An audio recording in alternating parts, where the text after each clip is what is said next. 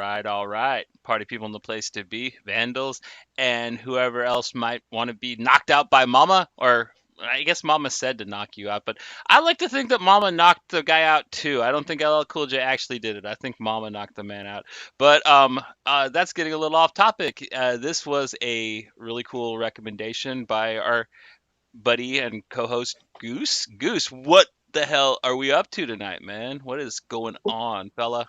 Oh man, I am super excited because we are doing another publisher special, and this time we're doing one of my absolute favorites, which is TKO. We've got some really good books for y'all. One thing about TKO is they do something a little bit different. They release their books usually in graphic novel format all at once, which is really great because sometimes you don't want to wait month to month. But if you don't want to get the oversized graphic novels that they have, which they are oversized, they're much bigger.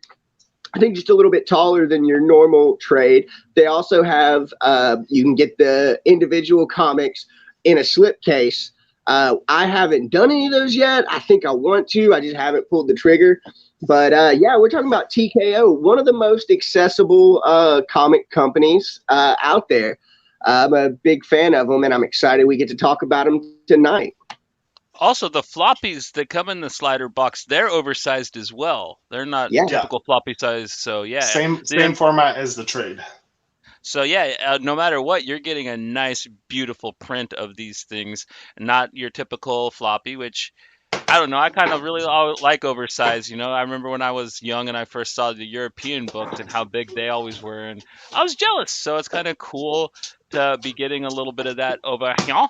But yeah, before we get into TKO a little bit more, we're going to do our weekly check-in, and I know Joe's got a lot on his plate for the week, so I'm going to start with Goose. Goose, what did Ooh. you read, if anything, or what did you watch? Ooh, man, I watched the original Men in Black with Will Smith today with my son because the galaxy is on Orion's belt. So we've been enjoying that. I've also been reading. Man, I've just gotten real into Daredevil from Chip Zdarsky this week. I read through like the first 20 issues of it. I'm also reading basically anything X-Men I can get my hands on still. I don't know what it is. I've gotten a fascination with Wolverine all over again. So I've been reading the Wolverine original solo book that he had in the 80s and 90s, and I've been really enjoying it. Man, other than that, I've just been listening to some dope music. What is it? Monorhythmic? Was that the name of that song that you sent from oh man, what is it? Leaders, Animals as Leaders? Okay, yeah. With the That really weird in sync dancing video, yeah, that thing is yeah, they're that's badass. dude. I listened to a little bit of them. I was listening to some Earth Crisis again because I've gotten real back into heavier music. Also, been listening to a lot of Norwegian black metal, man. Fucking Marduk, Mayhem, basically all that Northern Darkness shit. And I don't know where it came from. I think me and Dakota talked about it the other day, and then it just got my zapples going, and I fucking just dove into it head first. So I've been listening to a lot of just the type shit. But it's been getting me through the week, so no complaints here, man. It's been a pretty good week. So the old Wolverine that you're reading, is that the one where he kind of is the character Patch and he's like screwing around in Madripoor? Is that what the one you're reading? Yes. Well, Okay, yeah. it spans a couple of different nicknames and stuff, but they're releasing a Wolverine game for the PS5, which if you can get your hands on a PS5, fuck off. I'm still upset I don't have one. But I saw that the other day, and then I read I've got a series that started out as a podcast, but now they turned it into a series. It was Wolverine: The Long Night, where he's gone to Alaska to like hide out basically.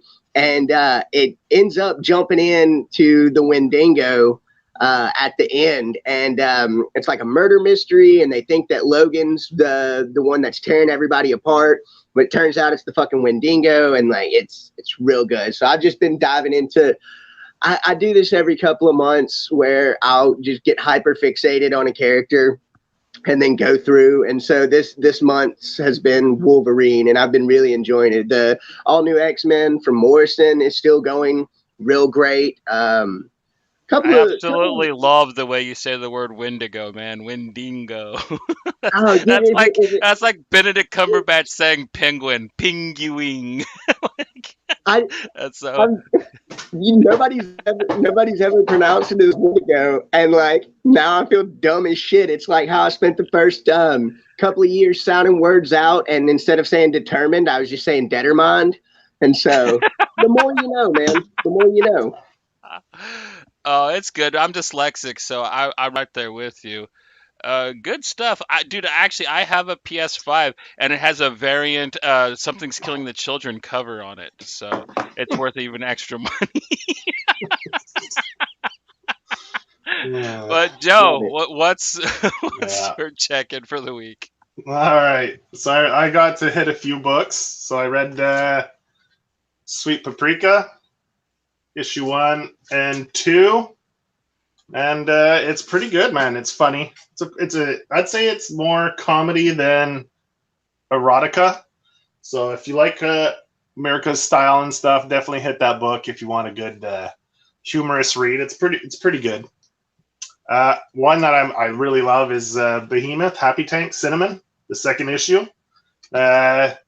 Victoria Douglas keeps up with the wackiness on this one. It's pretty damn good.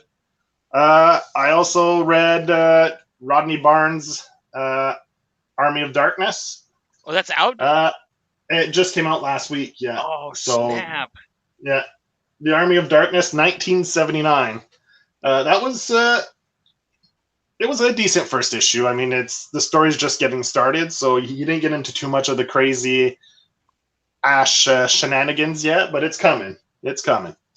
That's a Dynamite book, actually.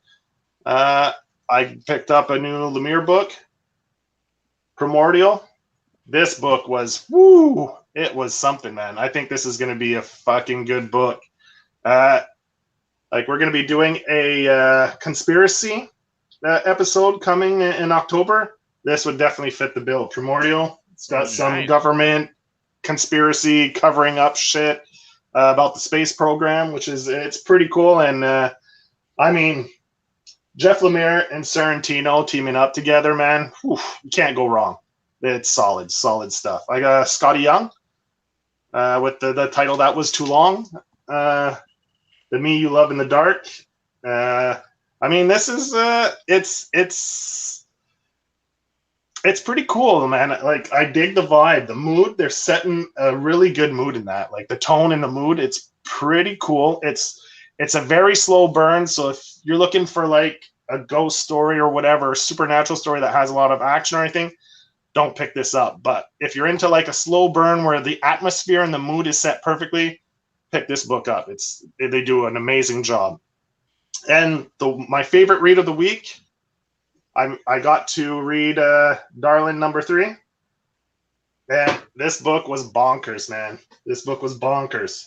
Like, well, since I'm going to be reading that soon, man, get into that a little bit. Like, I'm very interested in it. It's the story of the narrator goes into the past, a story of what's his name? I can't remember the main character's name now. They didn't refer to him in this issue. That's why I hate reading things from month to month. I forget stuff. But it goes into the story of an addict's life. And right now, I'm not sure if the narrator is his friend or one of his best friends or whatever. And I'm not even sure if right now we don't know. It's just telling his story. And it's told through like this weird perspective of surrealism. Like, this book, you don't know if he's just tripping hard or if this world is really like that. Like, you have no idea right now. Like, right now it seems like it's just like this weird twisted Alice in Wonderland world. But they don't hold you by the hand. So you got to try to figure this stuff out on your own. But it seems like maybe it's set in this weird kind of surreal world. And you're following this junkie throughout this world and what he sees. So it's pretty wild, very wild. Yeah. Oh Yeah, snap! Look it's who's in the chat. We got the yeah. homegirl. Oh, What's up, man? We speaking were talking about cute little tails making yeah. snow angels in the dirt right before we started. Yeah, yeah, So man. Sweet paprika number 2. When she's eating that, when she orders that whatever with the truffles and the sweet balsamic glaze, and she's right before she eats it, she has her tail wagging in the background. So there's some tail wagging and sweet paprika number 2. that's hot. Cute little tail. It was pretty cute in there too. So I think that covers my reading, my floppies for this week that I managed to get to before the show. All pretty good. Like there wasn't really a bad read in the bunch. They're all really good. Yeah. Cool. As for me, I've been kind of on a noir kick lately, so I read a bunch of Mr. X by Dean Motter before I got into my reading for the week, and that's kind of all I really got to read. But man, I love Mr. X by Dean Motter. Like that is just such a classic, one of a kind noir tale. If you guys, it's kind of cyberpunky. It's so good. If you haven't checked it out, I highly recommend it. And aside from that, I just got to watch a lot of really cool stuff. Like Had to take a oh bathroom man, break. she's always on fire. God bless you. But I got to watch a bunch of pretty decent movies. Starting off with *Malignant*, which was recommended by our buddy L. And yeah, James Wan should either retire from horror or maybe keep making this meme horror that he's doing. I don't know if it's brilliant or not. Um, After that, I watched the movie Kate, starring Mary Elizabeth Winstead on Netflix. It came out on the 10th.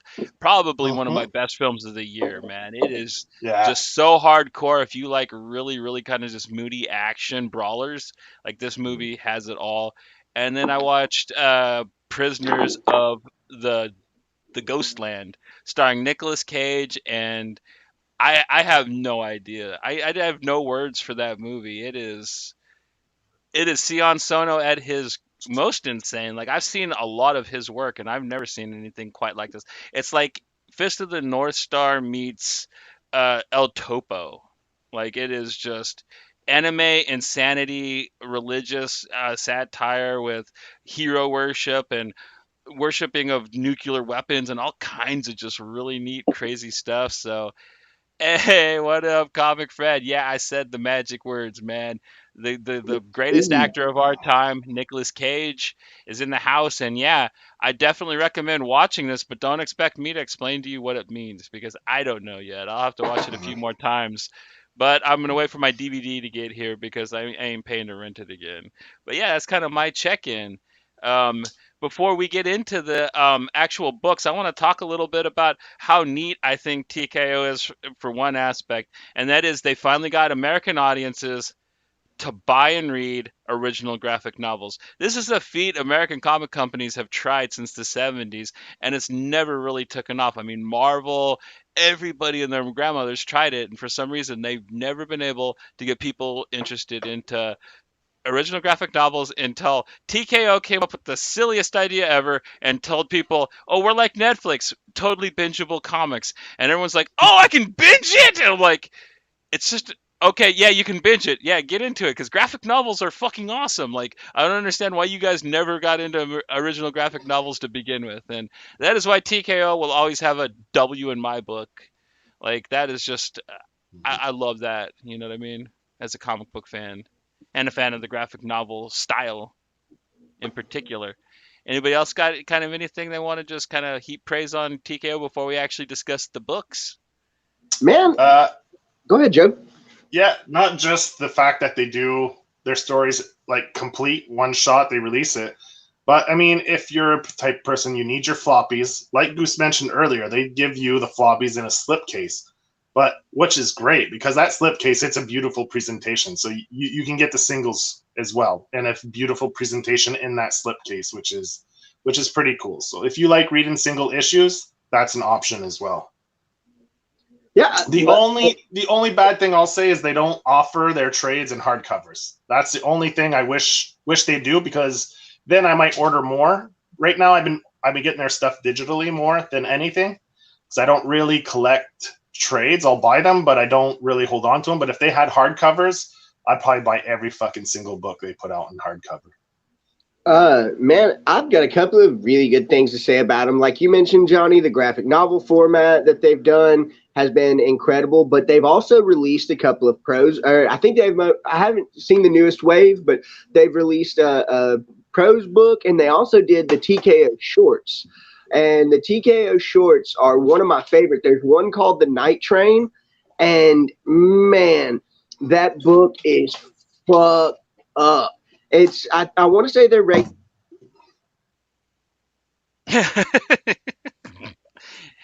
Goose Is froze. he He'd like joking to. now, or is he actually frozen? He actually froze it. Less like that's one of the greatest memes ever. If he's I pretending. don't know. It's hard to tell with Goose. You never know with him. Fuck. Yeah, I don't Night know. I think Train he is though. froze. Yeah, I I haven't like it. read that, but that's Seems like a a yeah. They blues when was that? song. That was third wave or the second wave? They started doing the shorts. Snafu was my Second. Wi-Fi. That's Sorry Oh, about there third you that. go. wave. Third That wave was in with the the third wave. shorts. Okay. Yeah. Yeah, and man, as I was saying, Night Train, bro, it is fucked up, and I love it. And just the way that they do it, I think now, if you order one of their books, I think they're even sending the shorts with them, and they're a little bit small. I say a little bit smaller. They're small books, almost the same size as like the Archie Digest that you can find at Walmart or anything like that. But they're really, really good. And so I love that they're doing those. Excuse me. There's little one shots and stuff like that because I've been super impressed with pretty much everything that they've put out. I love it.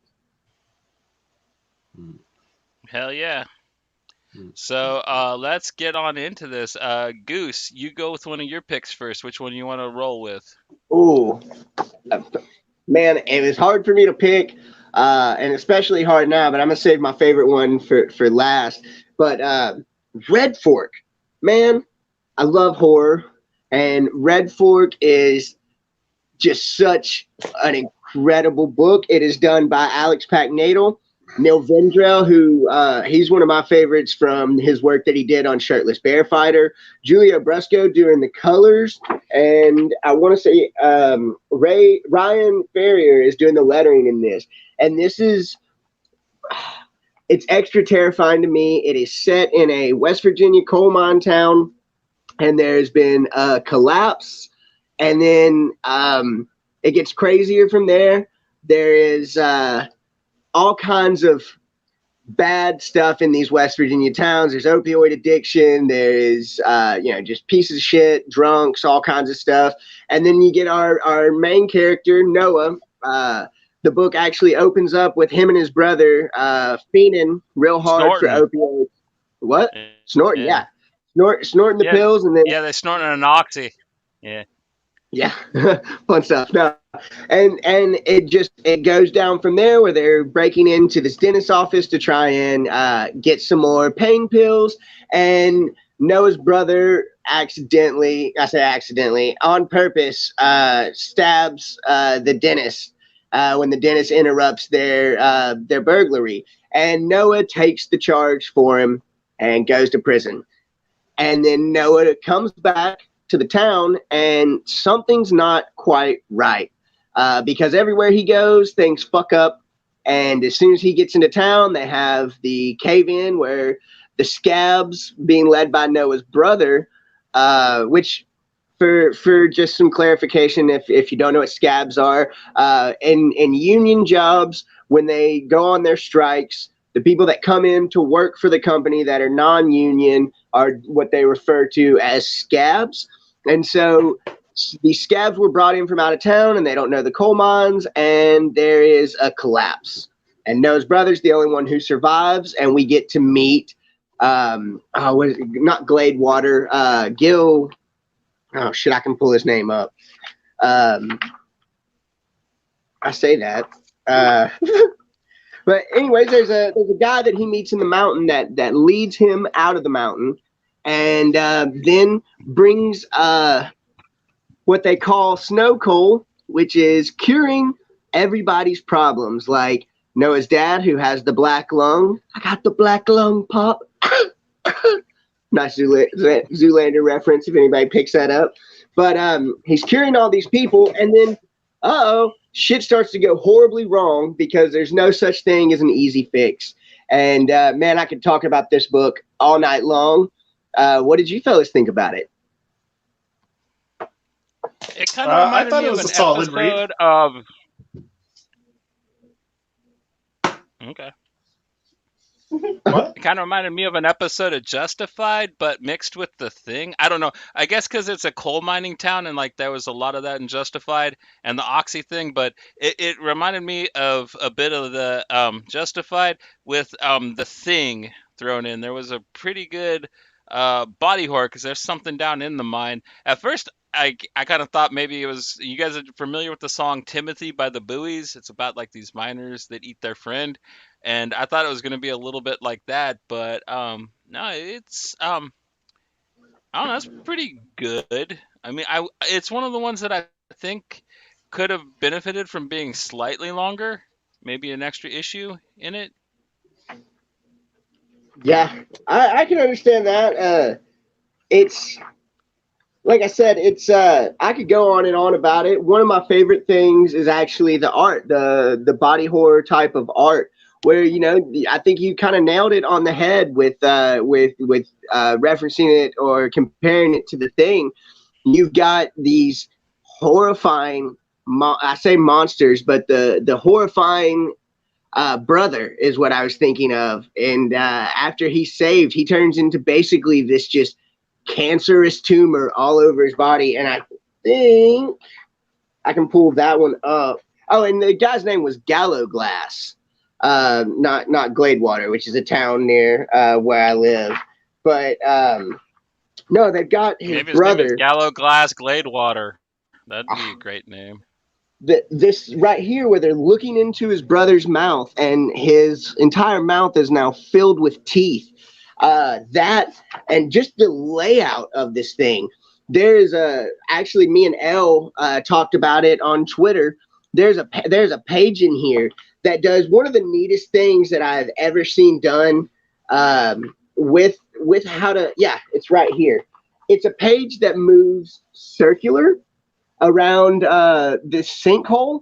And so you start up here and it runs down and around as they're going around the sinkhole. And just the layout of that and all the emotion you get from those panels is just incredible. I remember the first time seeing that and reading that, and it really just stuck in my head because I've seen intricate and interesting panel layouts before, but them walking around the sinkhole and the way that it just flows, man, it is. Oh man, it's theatrical almost, man. The way that they did that. You've got Noah going on his redemption arc, and man, it is almost my favorite book from TKO. There's not a bad book in the bunch, but Red for sure. It's horrifying. It is fun. It follows some real world issues, especially around these coal mining towns and stuff. There's a huge opioid problem in the United States, especially in those small towns. I've got family up in West Virginia, and like it's either moonshine or the pills. And so I really like that they touched on that. And Alex Pagnadel, he is not from the area, and he must have done his fucking No, research. he's British. Yeah, that's what I was. That's what I was He's thinking. from the UK, so yeah. And man, he perfectly, I guess, encapsulated the feel of those small towns kind of nestled away up in the mountains in West Virginia.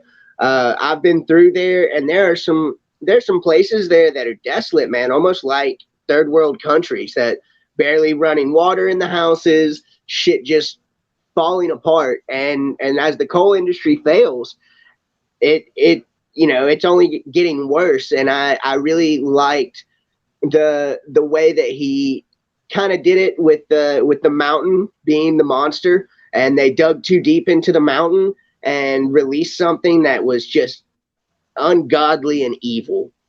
And the story of the betrayal of the brothers, and how I'm not going to say the little twist ending, but the history of the mine is going to destroy the town. And it does have a happy ending, sort of. All the people live, if that's what you want to call living. But it is unforgettable to me, man. The first time I read it, I just remember being blown away. And I mean, hell, even the cover has this awesome like dead animal in the middle of the road that's being kind of consumed. Yeah, I'll show it again. That's being kind of consumed Yeah, by this it's evil. like a And oh, go ahead, aardvark Johnny. looking thing, all tore up.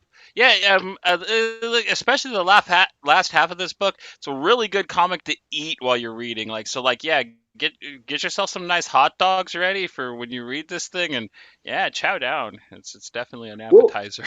I mentioned the circular page that I was talking about, but another good one is when they're escaping from the mountain and it has the mine kind of laid out with the monster down at the bottom, and it has action going on up through the mine with Gallo Glass chasing the owner of the mine, and then his mutated brother kind of leading them out through where Gallo Glass, that's up here, you can't really see it, but where from where Gallo Glass had showed him the way out when he got caved in. And the whole thing is just, it's gorgeous, man. It is one of those books that's a must read. Most of the books that we have on here are must reads, but this is one I can't recommend enough. The guys did an incredible job. The art complements the fucked up story so well. The colors are brutal. It really, they really did an excellent job. I put this up there, especially in horror, with my love for Mountainhead, and that's probably one of my favorite books. And so it's perfect. And Joe, do you have any thoughts on the book? Yeah, like just echoing what Johnny said, it's definitely got that like body horror thing, body like invasion of the body snatchers type vibe to it, where this thing living in the mountain kind of starts taking over people, and they have like that kind of hive mind going, where it's definitely got some great horror elements to it.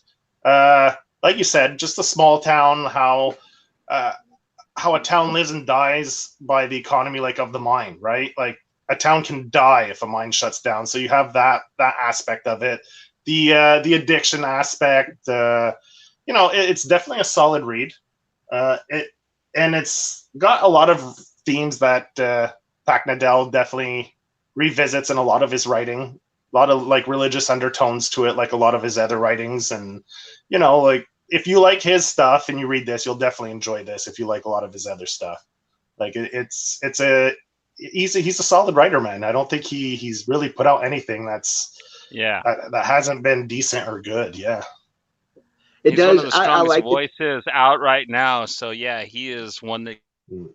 keep your eye on. If you haven't been checking him out, ever since he started with Boom with stuff like Arcadia, he has been one to keep your eyes on, and he's exploding now. I remember he was all excited. He was posting on Twitter that he's got like 4 projects that are to come out at once, and I was like, that's so amazing because I remember it used to take me years to wait for a new book of his to come out. So yeah, it's Was great to see that Alex is finally popping. was this part of the second wave or the third wave of TKO books? This was the Third, second wave, I believe. It was third. Okay. Okay. third. Well, Um, anyway, I think this is the book that got the most attention from that third wave. Like everyone, when this came out, everyone was putting this on their top list of the year. I mean, hell, Uh, my Yeah, Discord it's the profile picture, sentient or Sara of it. the of that wave, yeah. my Discord profile picture is literally me reading Red Fork. I don't know if you guys have noticed that, but Joe, I like that you mentioned the kind of undertone of religions because, man, there was very much a culty vibe to Gallo Glass's plan. The only thing that got my favorite character in this entire book was D. Ray, the cousin to Noah, and the only thing I have negative to say about him, and it fits perfectly because people in small West Virginia towns have no taste. Uh, he has a fucking Saint Anger poster in his room. He also wears an ICP shirt. But like I've always said the same thing. Like if Saint Anger is your favorite Metallica album, I just do not trust you. But D. Ray really, really was the kind of the star of the Well, story for me. Especially, what what's the difference between that and any other Metallica album, man? I can't really, see a difference. I mean, they're just crap band. it's well, I like the first four albums, and that's about it. Fucking Once he Johnny, starts, man. He always has once to get that little dig in, man. once he starts doing the ooh yeah on the Load album, I just lose all my shit. Like I don't even particularly care for the Black album, but I particularly hate Saint Anger. Like all the stuff that I loved about Metallica, they got rid of. But we're not here to talk about Metallica. I was talking about D-Ray, Hey, and Goose, he, yeah, I'm not in anger with you. I am not in anger with you, all right? Hey, I oh. know. Go ahead. My bad. I'll Hey, leave you my alone. bitch. Hey, oh. Fucking, but no, he really was. Saint anger. God damn it, Johnny. Just kick me off now. But no, D Ray really was the shining star of the story for me. He is always there to not really give words of advice because he's a fuck up too. But there's a part where Noah's trying to explain to him that Gallo Glass can cure his addiction. And he has this kind of poignant moment where he tells him, nothing nothing that comes that easy is worth it. If I kick it now, if he just takes it all away from me, I'm gonna get back to it. And he explains a lot of stuff, but he actually turns out to be the hero in the story after he gets his heart snatched out, all Kali Ma style from Gallo Glass when he transforms into the monster.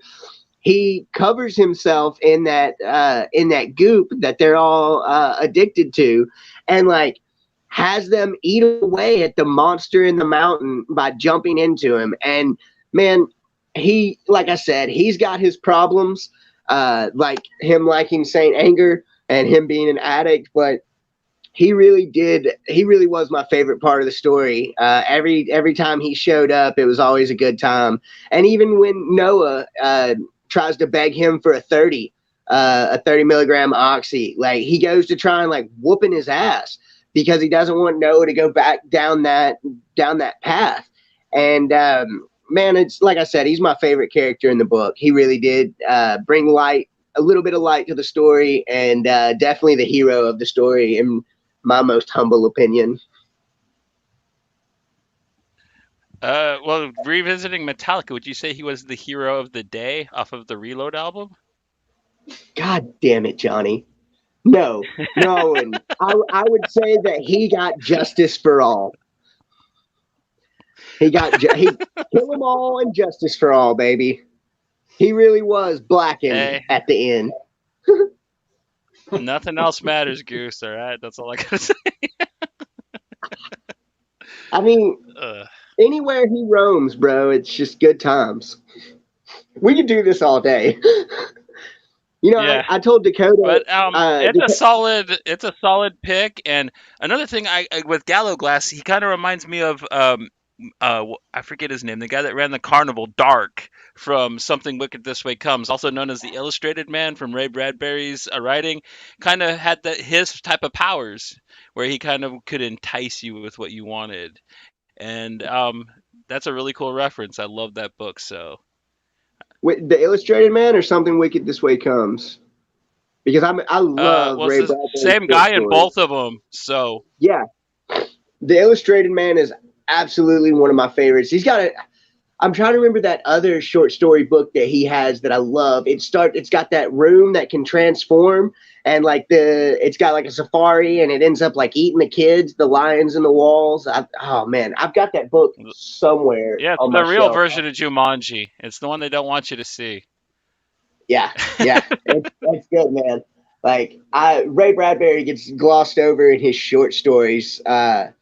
Golden Skinned was one of his Martian Chronicle short stories that oh man, I could talk about Ray Yeah, Bradbury I all day, but gotcha. yeah. Back to Thank you for TKO. doing. I'm gonna follow up with a book that from the second wave. I got this for free. Otherwise, I'm not gonna lie. This isn't a type of book I normally buy or read. I'm not the intended audience for it. I don't think, but I am really happy I got and read this book. It's probably one of my favorites that TKO's put out. I'm of course talking about The Banks, written by one Miss Roxanne Gay, with art by the always incredible Ming Doyle, colored by Jordi Belair, lettered by Adriana Mar, edited by Sebastien Grenier, Cover art by Ming Doyle, and yeah, titled and cover design by Jared K. Fletcher. And oh man, this book is just wonderful. It is a beautiful family story about three generations of, I guess, two generations of robbers and one daughter, the granddaughter that finally becomes one.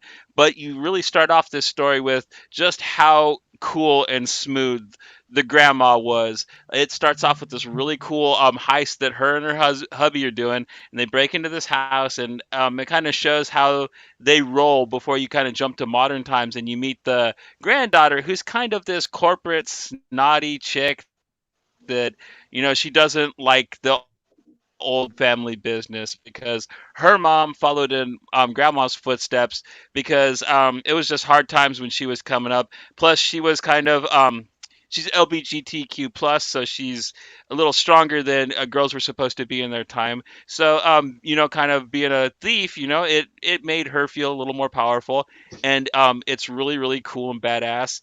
But basically, the granddaughter, she ends up finding out that her corporation has something to do with what happened to her grandfather, and they are without anything else really they could bother doing, they're going to rob it, and they're going to do it as three generations. And oh man, just the interactions between the generations are so good. It's also one of my favorite things that Rodney Barnes did with Philadelphia. I really love when they have the older and younger generations clash because of how different cultures are just between them.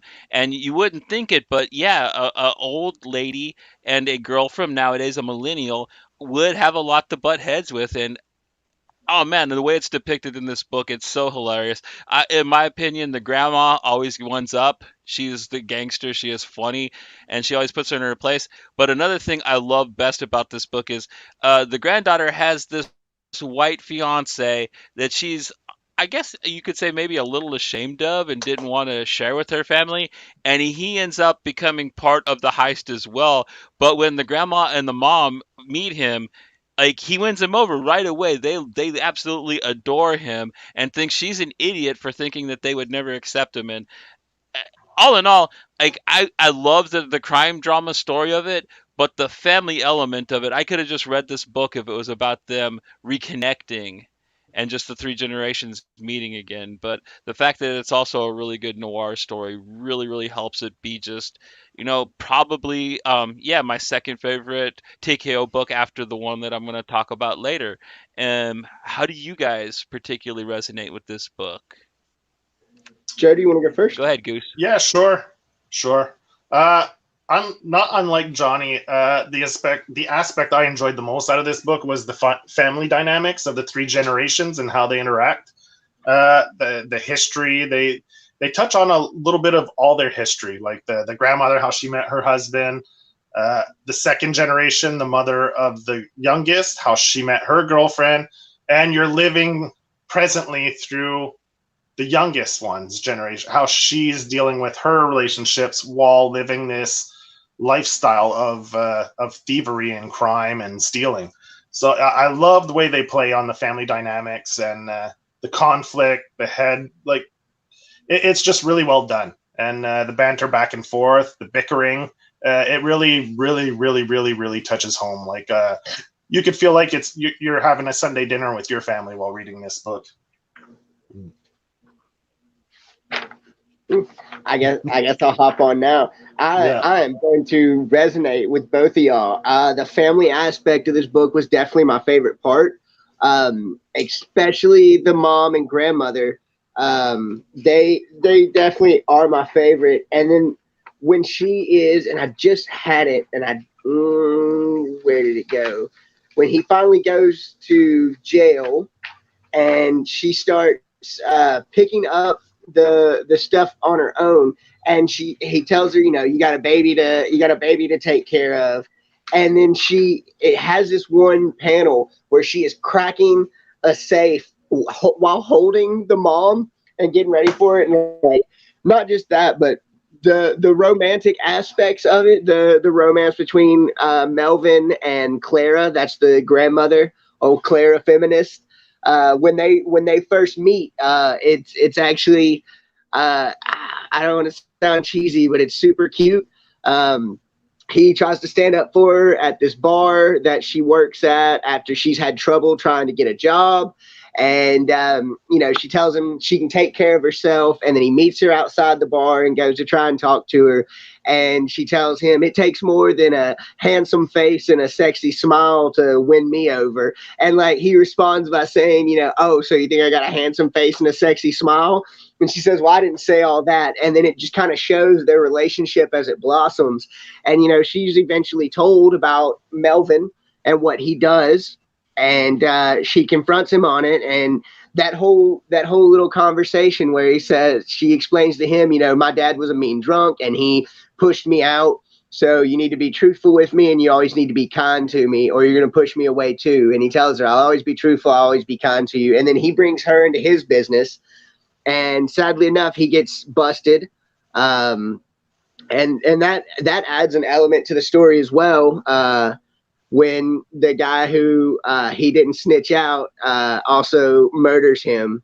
And then they finally can get payback on old Alenko. And just every aspect of this story was just so good. Just chef's kiss the whole way around. It is another, like I said, there's not a bad TKO book at all. And this is, oh man, I want to say it's number 3 for me. Like Red Fork's number 2.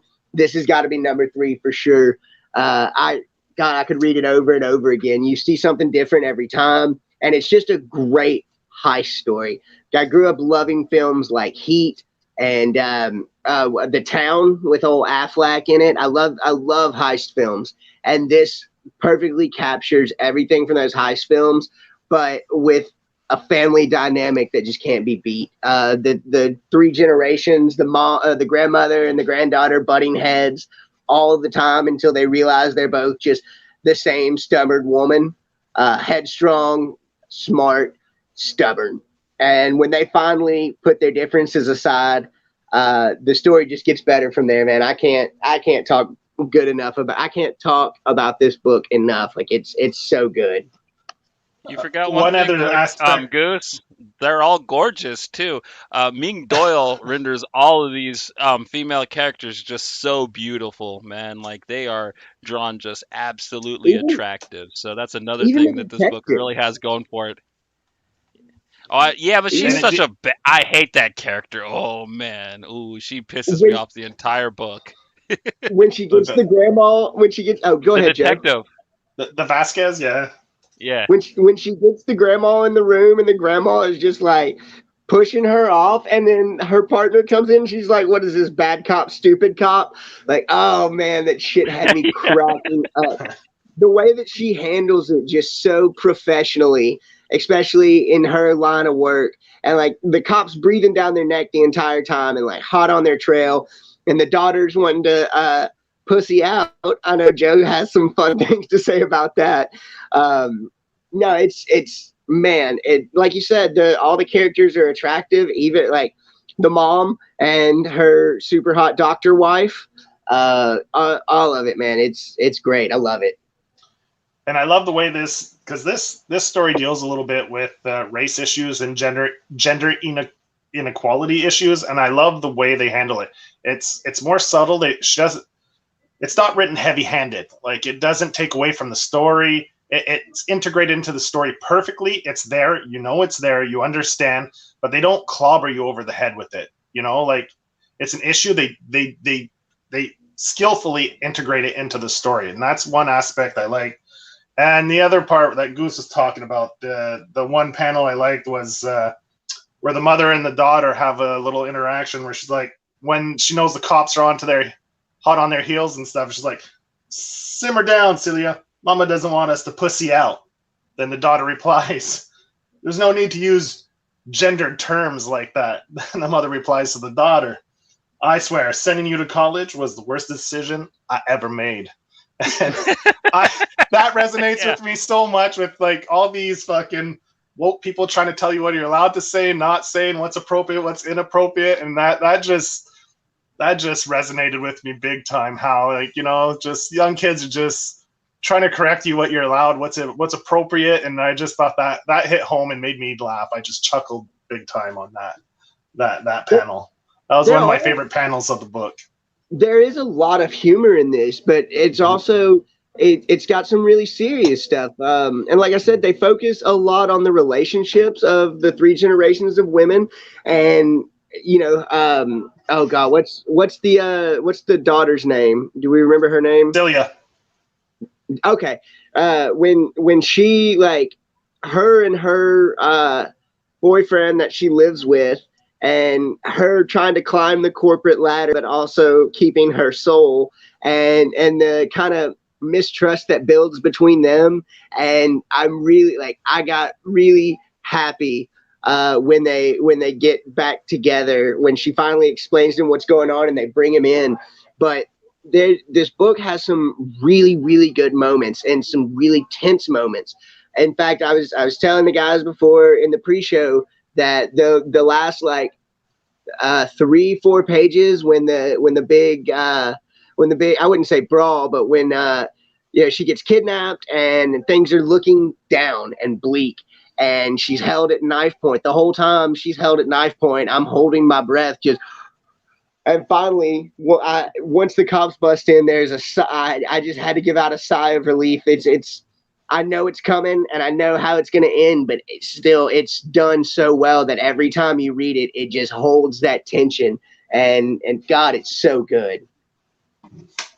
I know that this is being adapted for film, and I just really hope they do it right. I mean, if they just adapt the book right across, it'll be probably one of the cutest films to come out in a long time. Just a really good, solid, awesome little action romp, you know what I mean?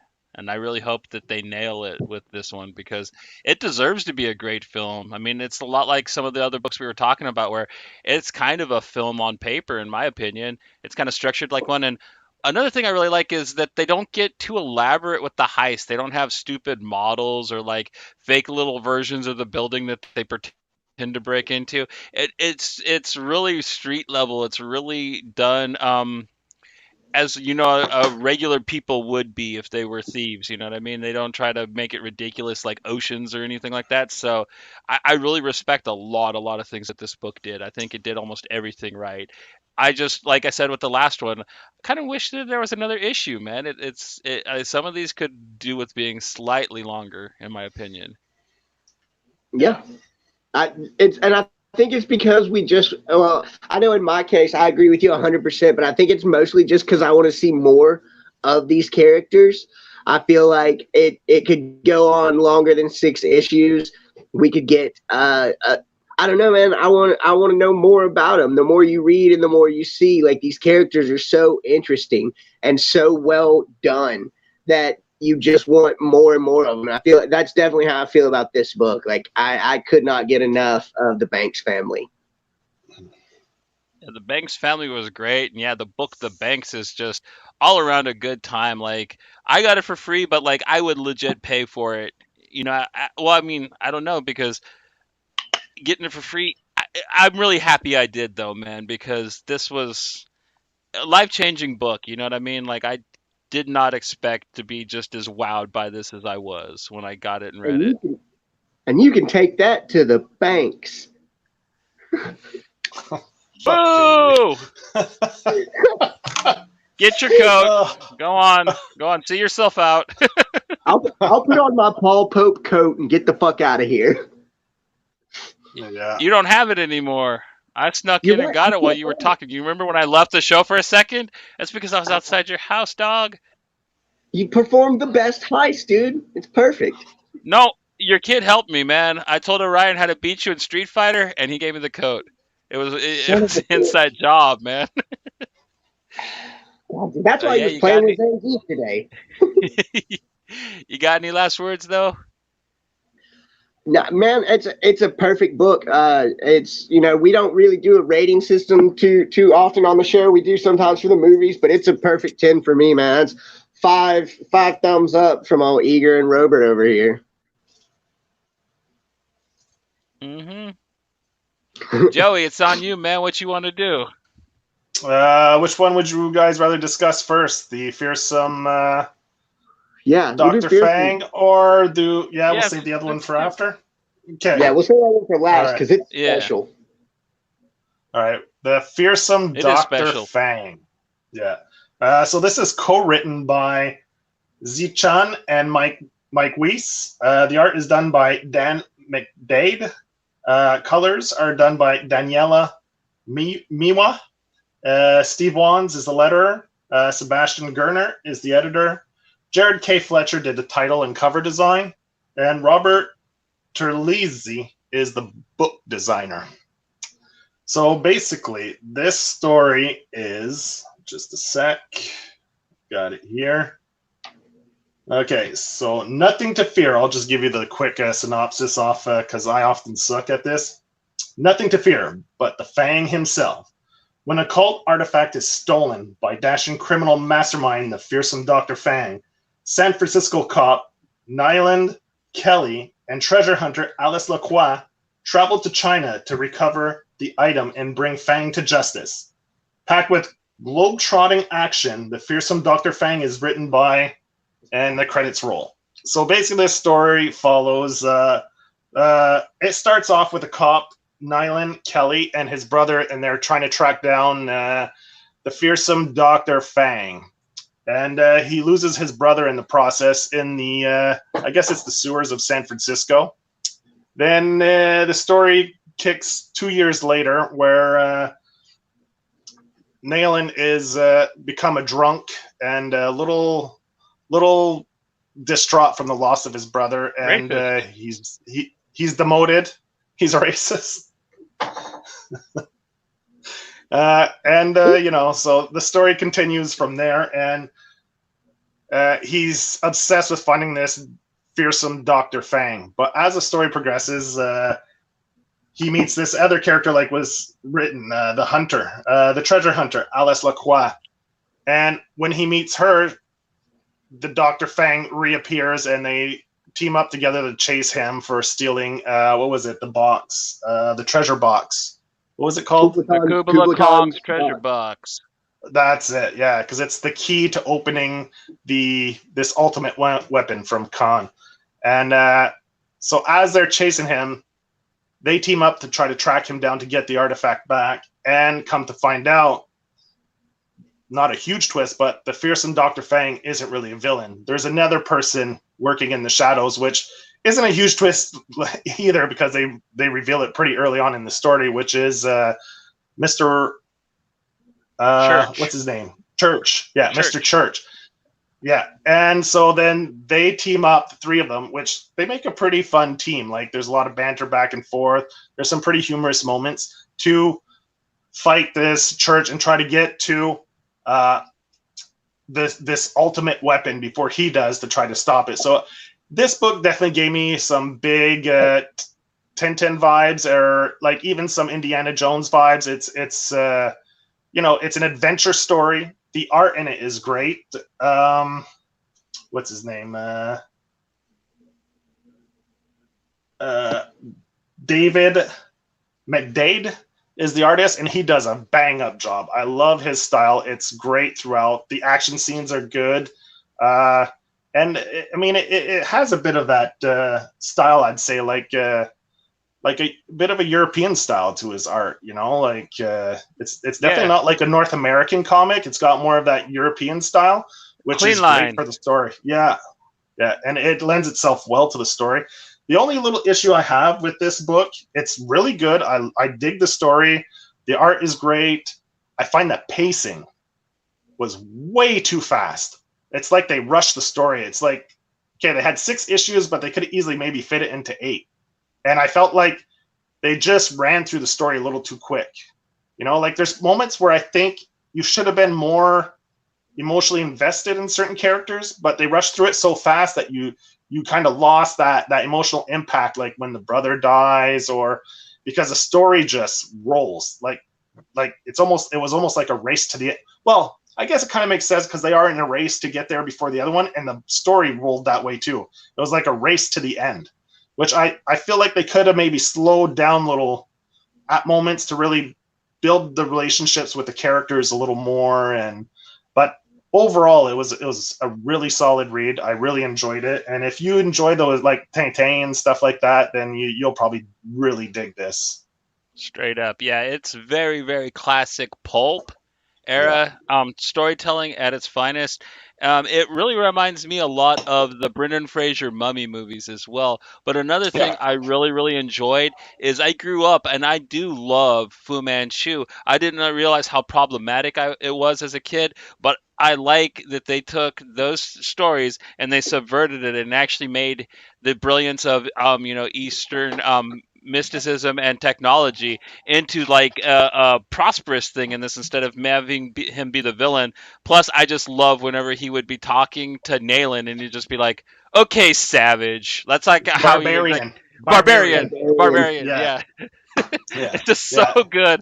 But And honestly, everybody calls him that after. yeah, Like, he's the big dumb brute. yeah. I Yeah. think even Alice LaCroix calls him that too. Huh? Yeah.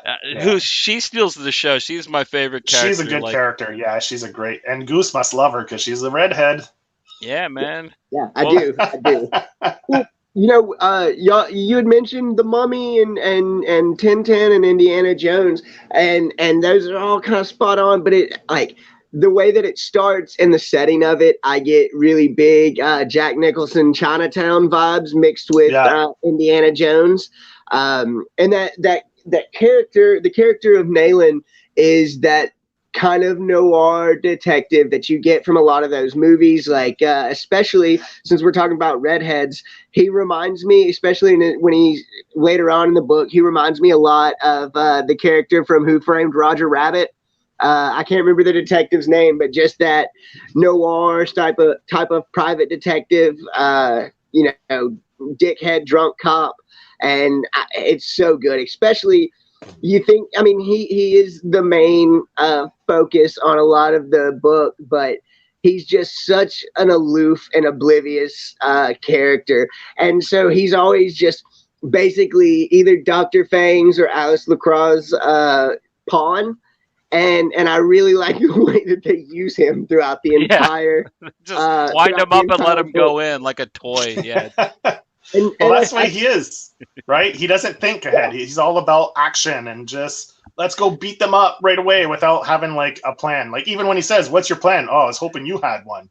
Like or when it shows him getting beat up as a kid, and his brother even tells him like, you got to have a plan. He's like, I don't need plans, I have you. And then the relationship after you think his brother's dead and he comes back to life. I thought that was great. I will agree with you on the pacing. I know I said in the chat that it was a little confusing, and it wasn't so much the story itself, but it moves really fast, and the pacing of it. So there'd be a lot of action going on, and I would be a little confused on what was going on almost, and that cleared up by the second or third issue. I think that first issue just gives you a lot really fast, and that's kind of what threw me off. But yeah. it's such a fun read. Well, because Um, it and really does. Because he barely meets Alice, and he finds out that she stole the box, and then the next thing you know, Doctor Fang's they're there, chasing. and the Yeah. city's exploding while they're chasing him, and Yeah. yeah, they're Yeah. jumping off of boats, and the buildings are falling down around him and shit, and it's just really exciting. But like, it's right at the beginning. You know what I mean? It's The pacing is extremely hectic at times in it. and that's not a bad thing. No. We're definitely not saying anything bad about the book, for sure. It's like I said, it's such a fun read, and there's so many great moments, and it kind of falls in with the Banks and the fact that it's a very theatrical presentation. And the C Chun, the guy who was co-writing it, he did a lot of work for Gotham, and you can definitely get, it's kind of the same way we felt about Ryland, who did film before he got into writing comics. And so it does have a very theatrical feel to it. And I think you get that a lot from people who go from screenwriting and doing work in that medium to go into comics, because there's so many things, especially like any of the scene with Alice LaCroix flying the glider, or when he Dr. Fang throws Nayland down onto the train with the magnetic gloves. Like all of that, it gave me the same vibes as Kevin Kline's character from fucking Wild Wild West, where he's got all these dumb inventions that just happen. I can't say dumb because it's only dumb if it doesn't work, but all the stuff in it was super good, man. I enjoyed reading it. It's not one of my favorite. It's not one of my favorite TKO books, like some of the other ones we've talked about, but it's definitely one that deserves to be read, man. It's such a fun book. Yeah, and I think it's worth noting that Zichan is the one of the founders or the founder of TKO. I want to say he's the So president, at least. yeah, and like also I love the design. Like the designs in this, like Dr. Fang himself, I love the design of his character. Alice's character is spot on. I love how she has that. She's like Indiana Jones. She looks just like Indiana Jones if Indiana Jones was a chick, man. It's awesome. And she's great. And the brute. He's just got his sleeves rolled up and just punching away. Square jaw. Very American.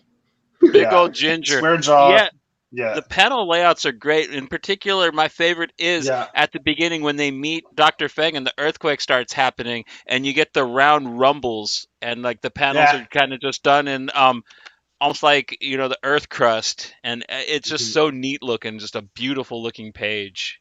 Yeah. Well, and I like how he explains how he knew the earthquake was coming. Where he's like, I didn't create the earthquake, I just predicted it. I've got a seismograph. It's one of my own inventions. And like, oh man, I thought that was great because I really did think he was using his staff. When you first come across it, you think that he's causing all this, and really he's just incredibly smart and resourceful. Yeah. Yeah, it's a big time adventure story. If you like these kind of big time adventure stories, this will be right up your alley. It's a great read.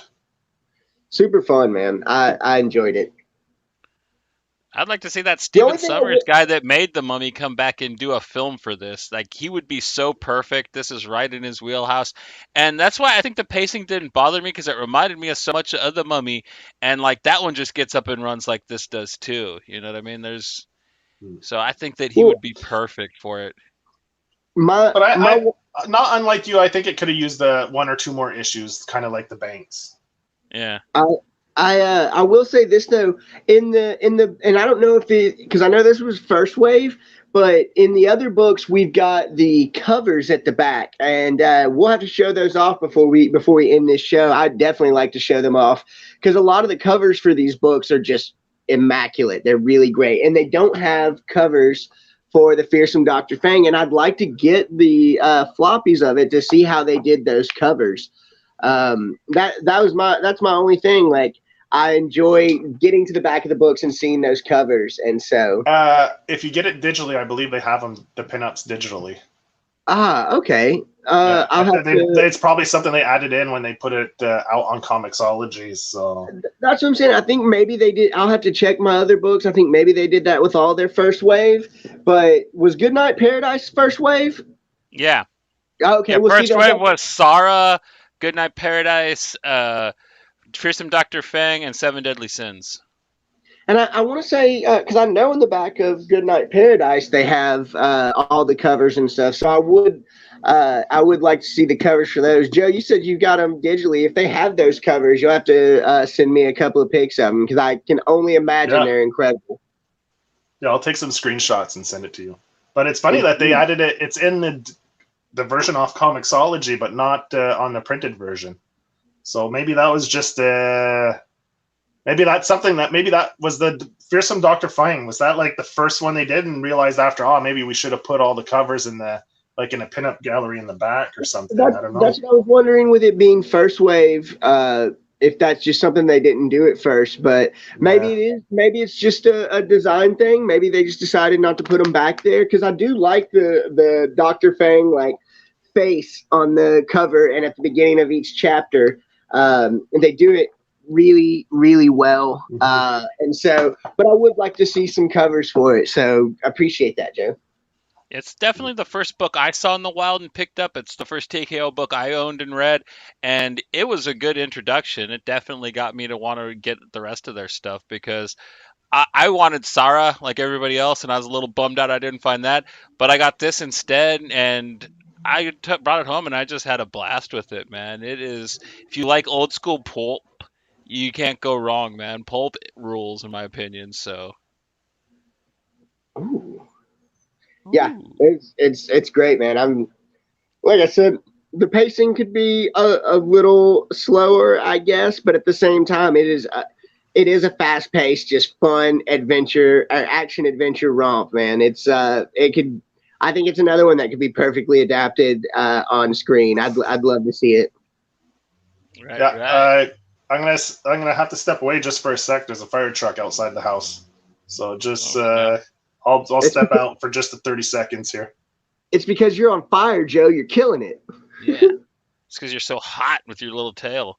But yeah, the Ooh. fearsome Dr. Fang. I can't say enough nice things about it because, like I said, man, I love anything that cleverly subverts old style tropes, and this one does it really good. Much like the Banks, there is like a nice little social commentary, especially if you know the Fu Manchu stories. Like he is literally chased by a man named Nayland Smith in that. So I think it's funny that the cop is named Nayland as well, plus, but they end up becoming friends in this version of it, and that fearsome Doctor Fang is kind of a genius. He's like Iron Man before there was an Iron Man. So I can't just put into words how cool that was for me when I read this because I like that it was redeemed. It redeemed Fu Manchu just a little bit with this book. I don't know if I redeemed him, but that type of storytelling, you know what I mean? You can carry on with this now if you want to. You keep on saying Fu Manchu, and now I want to go back and listen to the Fu Shung Mang Smash Mouth album. So thank you for that. Yeah, you're nervous in an alley there, buddy. That's all I gotta say. But Whatever, potato. yeah, Fearsome Dr. Fang, really good book. Basically anything they put out is definitely worth getting. But I unlike Goose, I would still have this in my top five. I think this might be my third or Yeah, fourth favorite. same So here. I think it's yeah, it was pretty solid. Yeah. you got any last words, Goosey? Oh, pick this book up, man. Pick up all these books. They're great. All right, then it's on you, man. You want to make the people in the audience cry because your next pick, oh my God, we're talking about like something that hits your heart right in its balls. Dude, this is my favorite TKO book. When we talked about doing a TKO episode, this is the one I wanted to talk about the most. This is Goodnight Paradise, and it is a fucking just throat punch of a book, man. I so basically, I'll give you the down low on it. It's set in Uh, vintage. do the credits first. Oh yeah, Do the yeah, yeah. credits first, if Sorry you don't about that. mind. Yeah, I do mind, Johnny. I do mind. It even hit L in the balls, bro. Yeah, It's she got lady balls. In the lady. it's I love that. It's Goodnight Paradise, written by Joshua Dysart, art by Alberto Ponticelli, colors again by Julia Brusco, and Steve Wan's doing the lettering. Sebastian Gerner edited it, with cover and title design by Jared K. Fletcher again, and the book design by Robert Terlizzi. And it is big shout outs to him because it is a beautifully designed book. Big shout outs to all these guys. It is set in Venice Beach, California, and it is following the story of Eddie. And Eddie is one of the area's homeless, and there is a lot of homelessness in the Venice Beach, and well, actually in the whole like LA kind of area. And it explores a couple of different areas there, but it follows Eddie as he stumbles upon the dead body of a girl and her dog, and that's it's sad enough. It starts pretty much with a dead dog. Eddie's got a group of friends. You've got Friday, who is just the drunk that tells everybody they're going the wrong way. You've got his buddy BF Bob, which I'm just assuming. I know he says it stands for best bud or whatever, but I'm just thinking it's bumfuck Bob. But I could be wrong. But it's following Eddie around, and as at the end of his day, he finds Tessa's body and her dog in a dumpster, and he knew she was homeless. Had to get The that out emo for the book. emo book. Wait, The emo book. what's the emo book? You're talking about it there, Oh, Sonny okay. boy. Oh, I was like, what? Good Night Paradise actually sounds like an emo band. Like I could totally see that. Victory Records presents Good Night Paradise's new album, like Crying in September by Good Night Paradise. It will make you cry then. But Eddie finds another new homeless. She's relatively new to the homeless scene in the Venice Beach area, and he finds her and her dog murdered in a dumpster. And in his mind, he just can't let it go because how could you just throw a person away like that? And he had last seen her with his friend, with his acquaintance Jacques, and he wants to find out not only who killed her but why she died. But he is also a um, you can get hints from it from the story that he has some mental issues that he hasn't dealt with. He's an alcoholic. He has a lot going on, and it's hard for him to try and keep himself on the path of trying to figure out this murder. And it only leads him down. I say down. It leads him. Yeah, it leads him down this Jacob's ladder type emotional journey of him trying to figure out this. It's a who done it, but it's a who done it with sadness all through the book.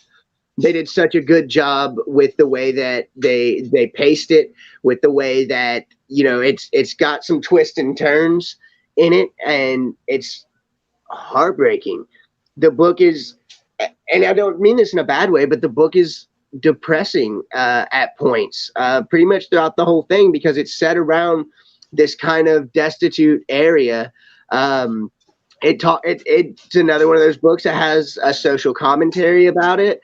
Following gentrification and the plight of the homeless in America, as well as how people that are seen as lower get treated, and how when something serious like this murder or the people that Eddie knows is involved, nobody believes him because he's just a crazy drunk homeless man, and it's sad and it's tough, man. It's a tough read, but it's poignant at moments. It's sweet at moments. You have Eddie, who has a strained relationship with his son, who he hasn't seen in years, and his son is coming out to visit him, and he is so preoccupied with this murder that he's trying to solve, and it's heartbreaking, but it's Well, that was one incredible. of my favorite parts.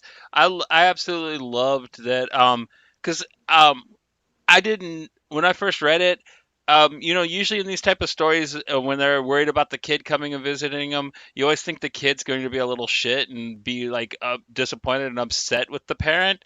But when Geronimo gets there, like he literally just goes and like hangs out with Eddie and does what he does and doesn't judge him and doesn't really shit on him or anything. He buys him the beers when he starts having his headaches and stuff like that, and he really tries to get to know and understand his dad, and like that's probably the key part to the book to me, and like that is when and where like people like Joshua Dysart really shine. He's been one of my favorite writers since I was a kid when I read Violent Messiahs and stuff, but he has only gotten stronger and stronger, and the fact that this book didn't launch him into the superstardom he's always deserved to be in is a damn tragedy, because you can't do heartfelt noir this good and not get applauded. And this book's got enough. This book gets hype, but I mean, it's nowhere near what I think Josh deserves. And yeah, the relationship between Geronimo and Eddie, I thought was just such a stellar part to the story, because it happens in the middle of the whole investigation, if you would like to call it that, that Eddie's in the middle of, and it was just oh man, so good. Chef kisses. Yeah, Loved the visuals of the book. I'm from LA area, and it was spot on. The homeless being visible, being invisible, and the gentrification. I could smell all the scenes. And yeah, I've been to Venice too, and like I swear I absolutely love it. My favorite, I actually took my picture that I'm using. It's from this book. It's when they're walking by the CVS pharmacy, and just the way it's rendered. And they got the weird trans clown up statue up in front, and that's what my icon is. Of course, I vandalized it, but yeah, I just the way that he did the backgrounds and the city itself. It's a character in the book, and I think that they drew it and gave it the respect of any other character in it. And I love when a book does that, when it actually makes the town a character. Yeah, and it follows a couple of different spots. It's mostly set in Venice Beach, but he has the scenes where he goes down to Skid Row, and man, like I've only been to LA once, and like Skid Row is not a place you want to be. And I don't, it's sounds bad when I say it like that, but it is. It's just blocks upon blocks of Hi, desolation. Mel. Mel's here. It's blocks upon blocks of desolation, and I really think that they captured the feel of that area because I only briefly passed through it, and like it is destitute and just sad. You have all these people out here and they have nowhere to go, and I love the fact that the story revolves around like Al said, that they really are these invisible people out in the open, and they're seen as constant problems, and they're seen as less than, and that adds a lot to the story as Eddie's trying to solve this murder and nobody is listening to him, and the people that are listening to him are telling him to stop what he's doing. He's only putting himself in danger because the lives of these gentrifiers and the people that are trying to push the homeless people out of that area are seen as more important, and he's on a quest to take them down. And Oh, well, another the, thing we get is the backstory of the girl in the dumpster.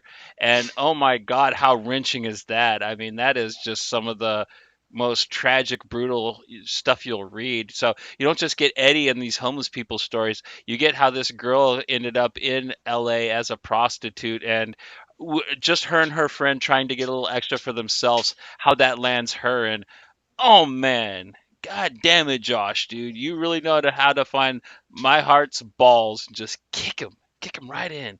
Just kick it so hard that my heart comes out my rib cage, man. Like, God damn, it's it's yeah, dude, it's beautiful. it's wrenching. They're matching up. Uh, Ooh, Matt's gonna get jealous. Fucking A. you, fucking you. No, no, it's a really wrenching story, especially when you see, you mentioned Tessa's background, you find how she gets out there, but when you see Birmingham's background and when you see Jacques' background, and it really shows you that these people, Eddie mentions it a couple of times when he talks about Venice Beach is the home for people who didn't have homes, and everybody finds home there in Venice Beach, and it really is true because you've got Birmingham who grew up in a very racist, skinhead type family. And, they mention the tattoo that he has on his neck. And as Eddie's looking for him, he's talking about the ink. And people are like, "You looking for a Nazi? Fuck you." And like all that. But then you find out that that's something that Berm was trying to escape from. Like that was from his old life. You find out that Jacques was moved to his grandparents' house, and they were trying to send him to some type of weird religious re-education camp because he was gay. And the relationship that builds between Tessa, Jacques, and Berm, and all the every time you find out about somebody's backstory, like Friday, you find out that he's also homosexual, and his lover was killed for them being gay, and he just doesn't talk about it anymore, and he like lost his mind because of it. And so it adds layers to itself as you're meeting these characters, and you do start to feel bad for all of them. They've all been led to this spot in their lives, and it's sad because any other place, any other time, they probably could have gotten the help they needed, but they came from really shitty backgrounds. And even Geronimo, like you feel really bad for him because he came from not so much a shitty background, but he grew up without knowing his father. And when he comes to finally meet him, his dad is so preoccupied with his alcohol and trying to find who killed Tessa that he almost puts his son on the back burner. And I think that subplot really does make the story so good, especially when Geronimo calls his mom and he's like, I don't know what I was expecting to find out here, but I didn't find it. And his mom, tries to explain that that Eddie lost his mind.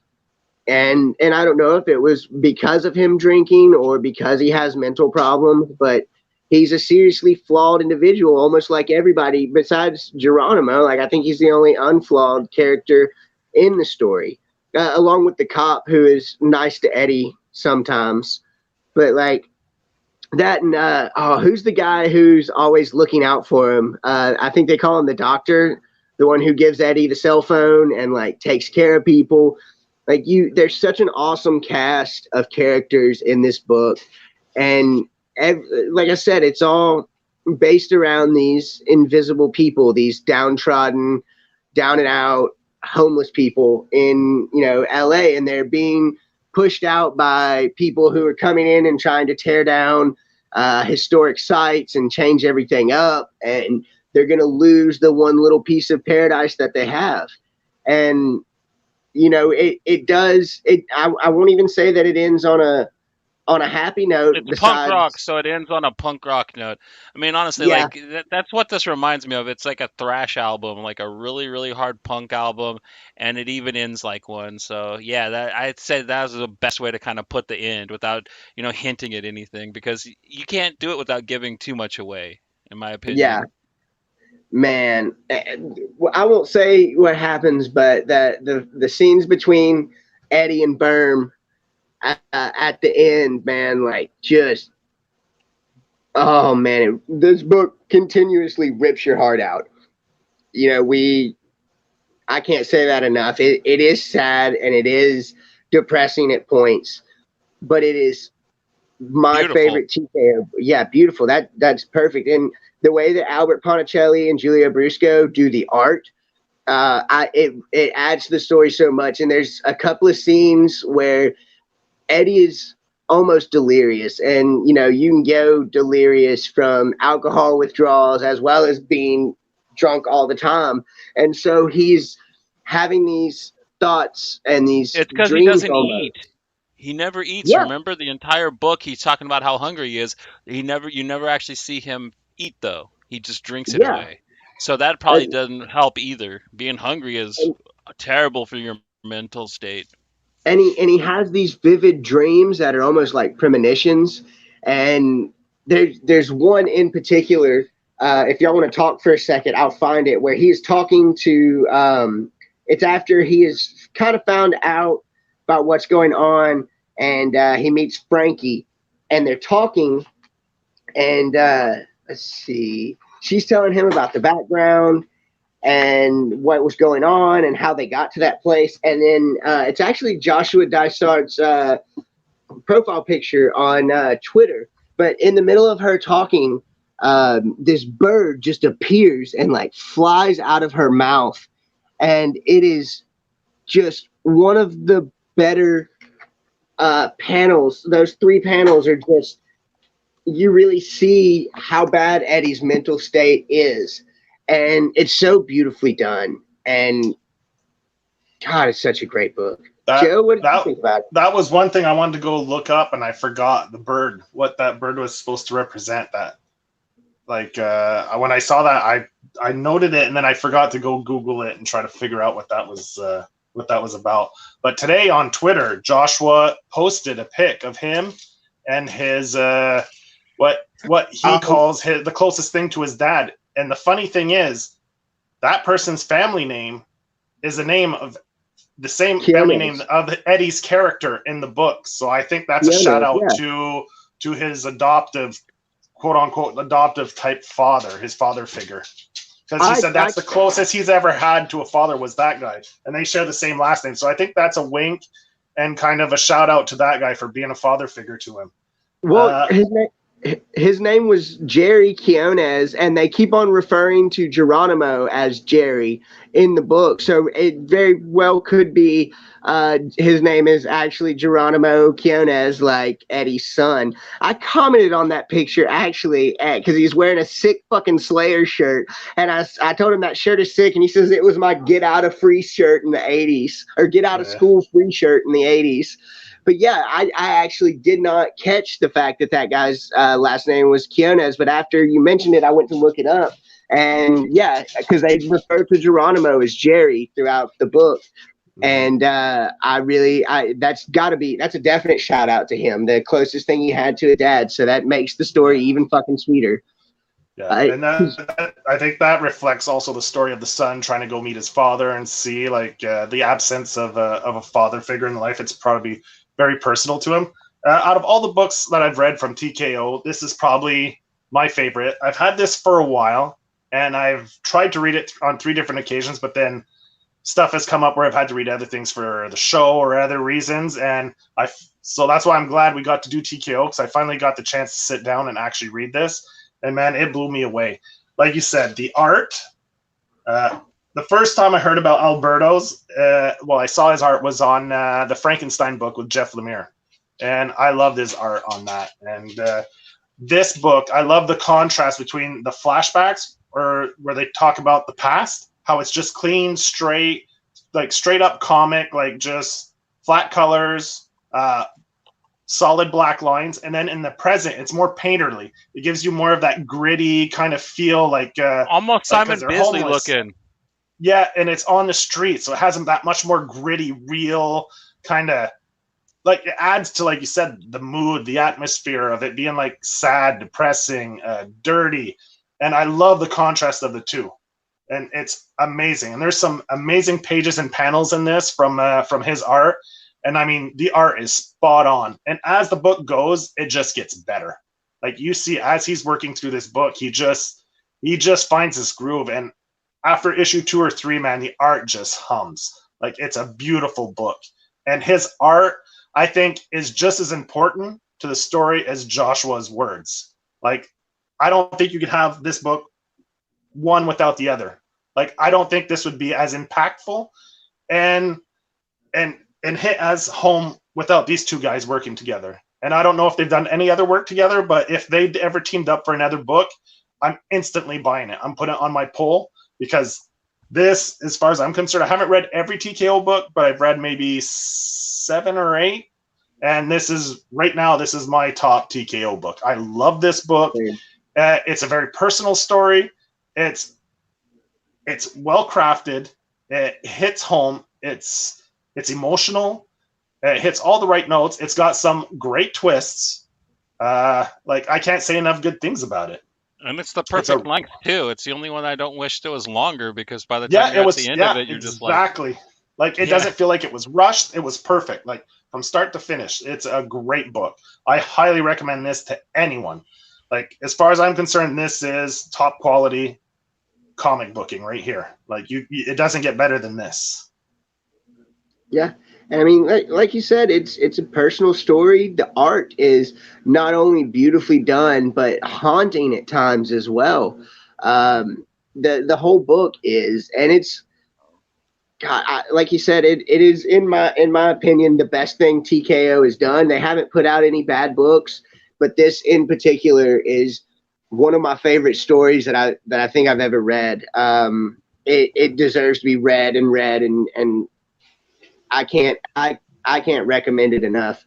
If you want a tearjerker double feature, get this and then get The Dregs by Zach Thompson and Lonnie Nadler from Black Mask. It's another homeless noir heartbreaker. Yeah, like, we're talking Tear City with those 2 books. Really, really good. So it's almost a sequel to this, I would say. And it does a great job on touching how traumatic events affect the mental health of people, and how, if they're not followed, like, the downward spirals they could get into and never be able to crawl back out of on their own without any help. And he does a masterful job of that. And even when his son calls the mother, I don't know what I'm doing here. You know, like she's like, I don't know, I don't even think he cares I'm here. And like his mother says, that's the problem. He cares too much about everything, and he doesn't know how to uh, gérer. How do you say Process that? it. Not process, but manage. He doesn't know how to Oh, manage his emotions because he's feeling too much all the time. And I think that's why he gets a one-track mind, because he can't handle everything. So he focuses on one thing, right? Because he's feeling too much, too many emotions. Like the whole time he's like, I'm minding my own business. I'm minding my own business, but it's stronger than him because he cares. He wants to know what happened to that poor girl after seeing it. It traumatized him. And I think they touch on some great aspects on mental health and how a lot of these people need help, but they're just not followed. They're not bad people. And you walk past these people all the time, and you know, sometimes people come up to you and you're like, oh fuck, get away from me, you know, like, but you don't know their story. You don't, you know, it's well, at the sad. beginning, It's really sad. him and BF Bob pass her, and he actually tries to help her because he sees that she's not doing too well, and the dog attacks him, so they leave her alone, and then he finds her dead. So I think that that is what really screwed him, is that he thinks that he should have stuck around even if the dog was barking at him, type What of was the thing. dog's name? Because he had a funny name. Goose. Shit. Yeah, thank you. Well, no, the dog's name. Shit, I cannot remember the dog's name, but it reminded me of The Jerk, where the guy says, "I'm gonna name you Hero," and the guy says, "You ought to name him Shithead." And so they named the dog Shithead. But I want to say the dog had shit in his name. I can't remember. I'll find it. Y'all go ahead and keep talking. But yeah, I Ellie gotta find knows the what's dog's up. She read the dregs. Yeah, it's really good. If you like this, you should like that. Like it's I would say a companion piece to this book. They would work very well together. It's a double feature if you don't mind the crying, because like I'm not gonna lie, like I've read this book twice now. I own it. I love Snap it, fucker. but I kind of don't want to name. read. Snap fucker is his name. Snapfucker. That was his name. Sorry, Johnny. We didn't mean to cut you off, but Snapfucker. Yeah. I love that. So the dregs is a one of his other books. No, No, Zach no. Thompson and Lonnie Nadler did that one, but it's Okay, very similar. in the same vein. Yeah. Man, Homeless guy trying to figure out what's going on. His friends are going missing, and yeah, it just by the end, man. you brought their names up, and now I want to go back and read. Oh God, what was the name of that book? Black Stars Above. That's an oh God, the butthole book. The butthole book. Wait till What? she should read some of the stuff we read. We got lots of those. If she's interested in that. Well, no, it's the cover of it has it's like it's the brown cover, and then in the middle it's got like a black sun, but it looks like a butthole. And when I said that to Lonnie Nadler on Twitter, I was like, yeah, me and Dakota call it the butthole book, and he was like, God, I wish I could put that on the back of the book now. At least they got a good sense of humor about it, man. Yeah, That's you gotta good have a enough. good sense of humor in life, man. Zach have to. Thompson and Lonnie Nadler are super awesome. I've chatted up both of them, and they just seem like real, like down to earth guys.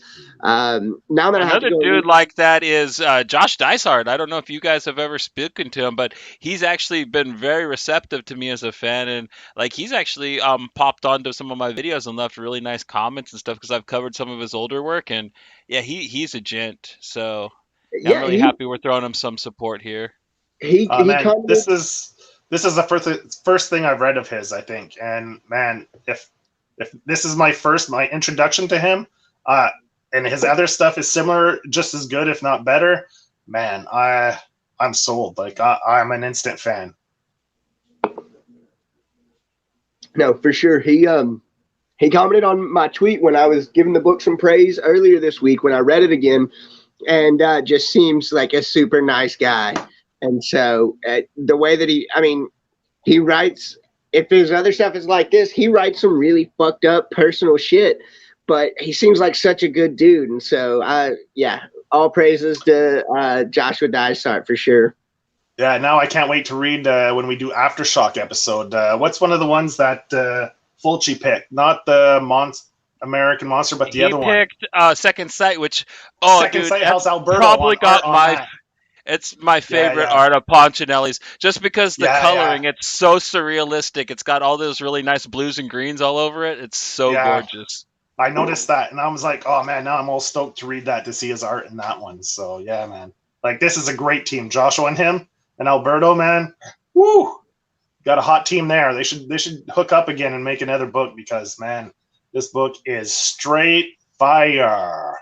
Maybe make it a little Just like happier that though. fucking just like the palm tree on the cover, man. It's on fucking fire, this book. I highly recommend it.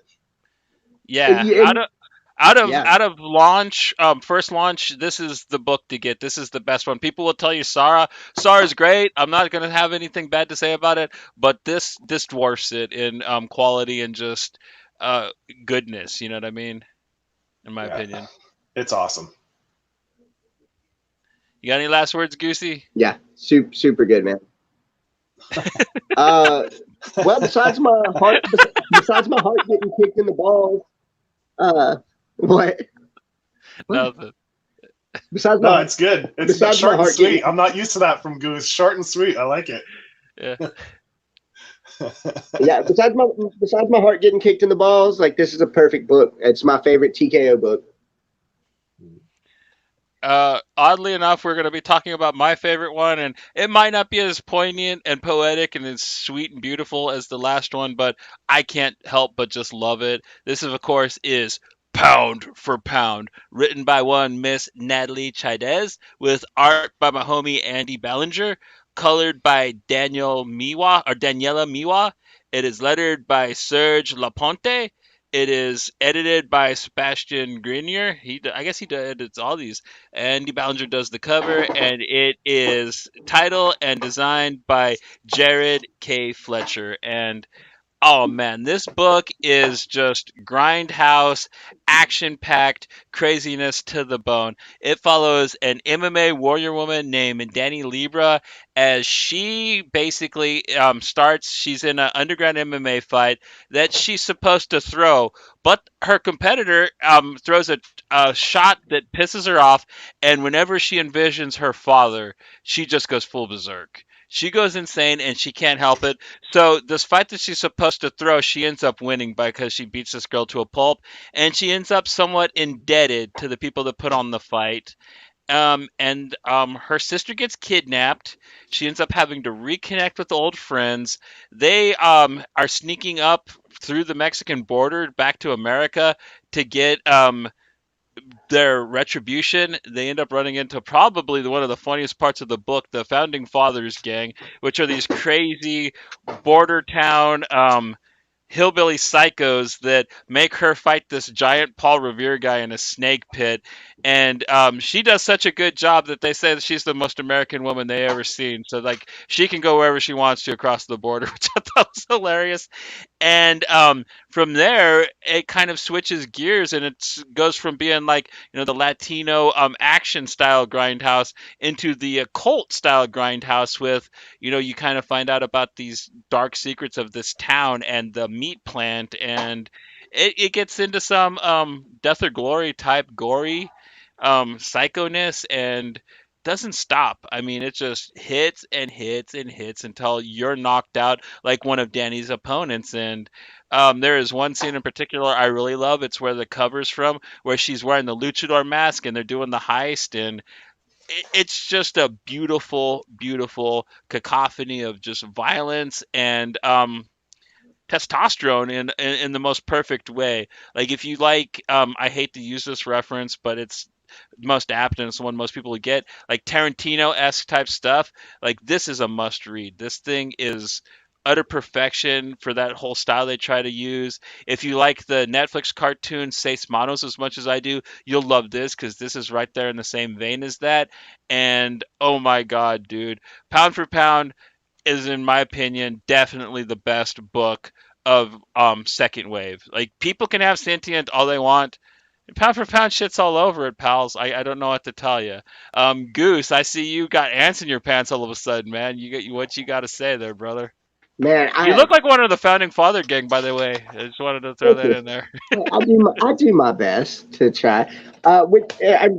That's probably one of my favorite parts of the book when he says, Oh yes, there's a kitty. When he says, "You got to fight Paul Revere," and he's got a necklace of ears like he's fucking Dolph Lundgren from Universal Soldier.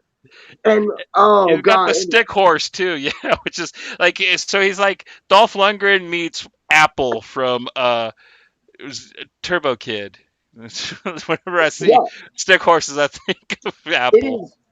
is. This book is it's action packed.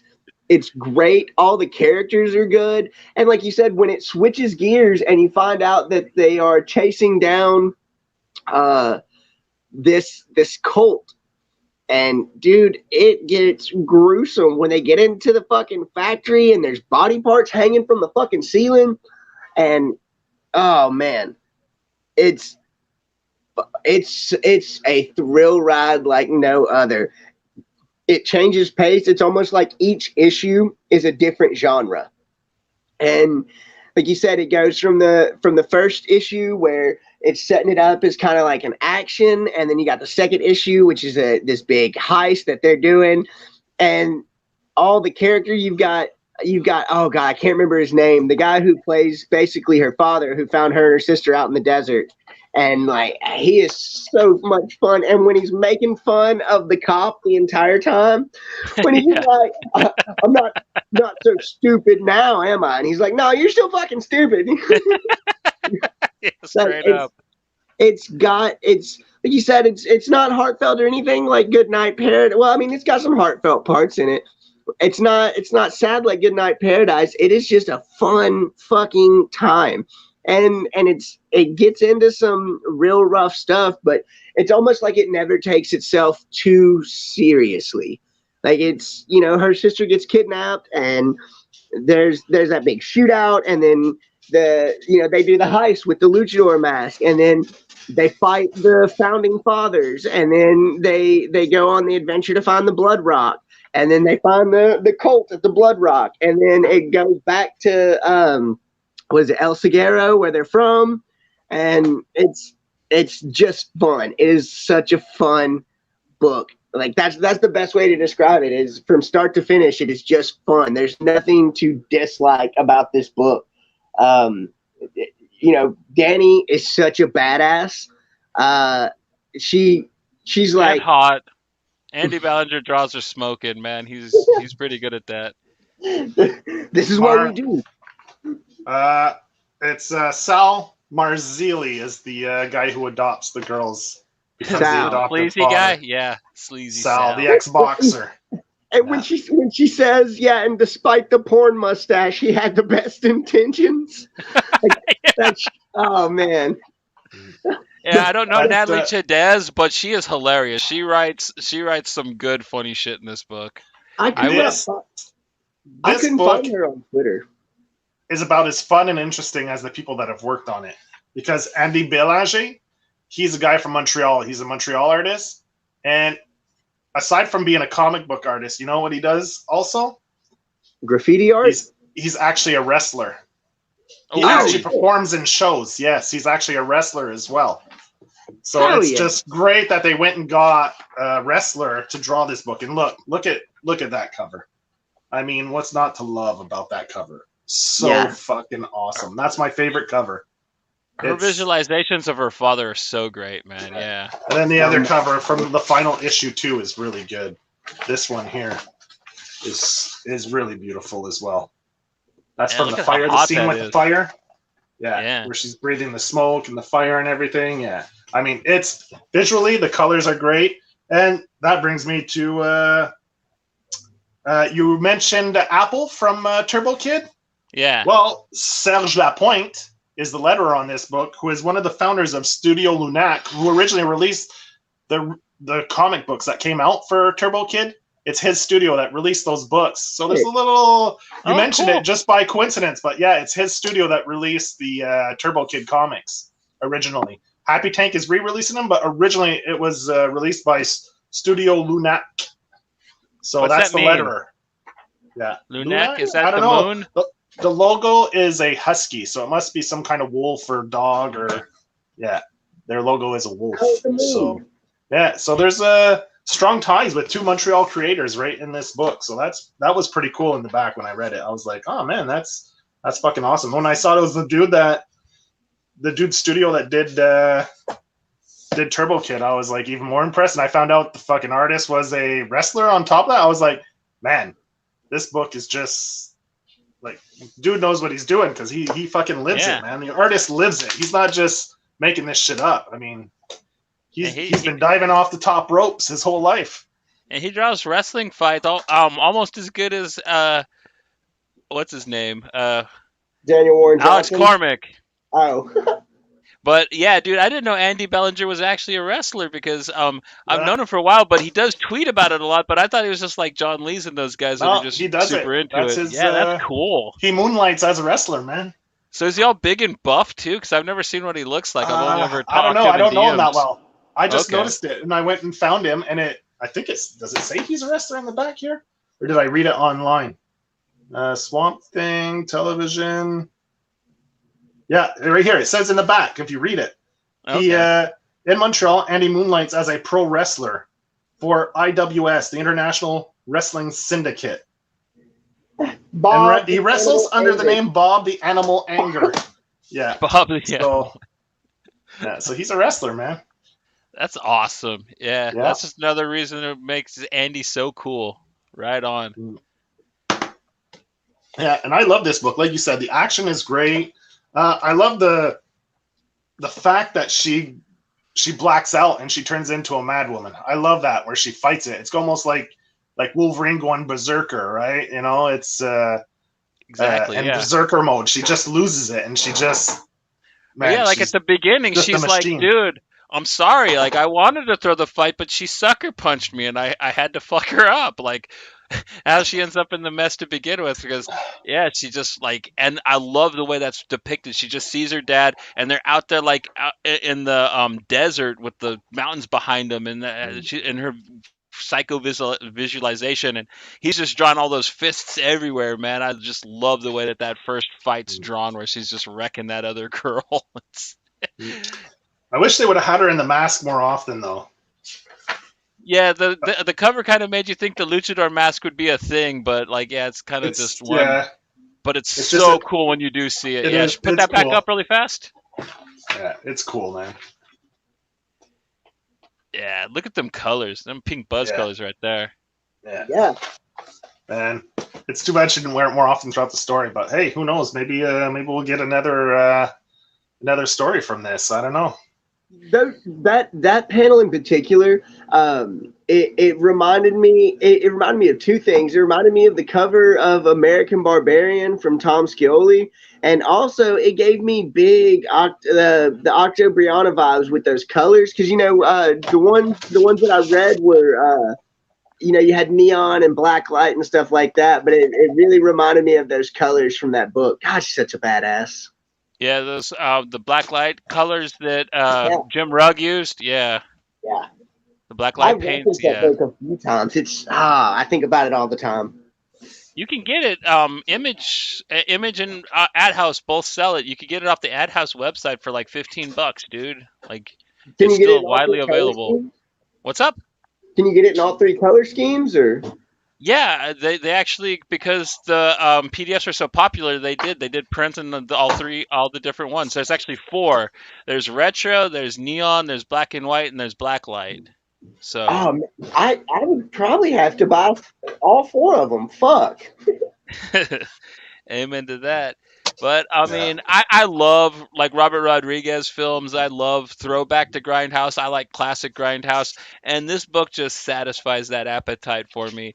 Like, there's only a few books that do it this good, like The Humans from Image Comics, the Ape biker book, and like Concrete Park from Dark Horse, and this. They just personify like Grindhouse cinema in comic book form for me personally. Yeah. So pick it up. Book. Yeah, it was a good book. I loved it. Yeah.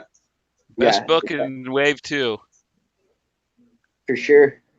Wait. Yeah, for sure. Because Goodnight Paradise is Wave 1, right? Right. Yeah. Okay. Best book in Wave 2, for sure. So we're doing. We have one left, right? Mine. One last Yes, one. sir. Yes. All right. So the other one, my second book that I picked from TKO was Delega. It's written by Juni Ba.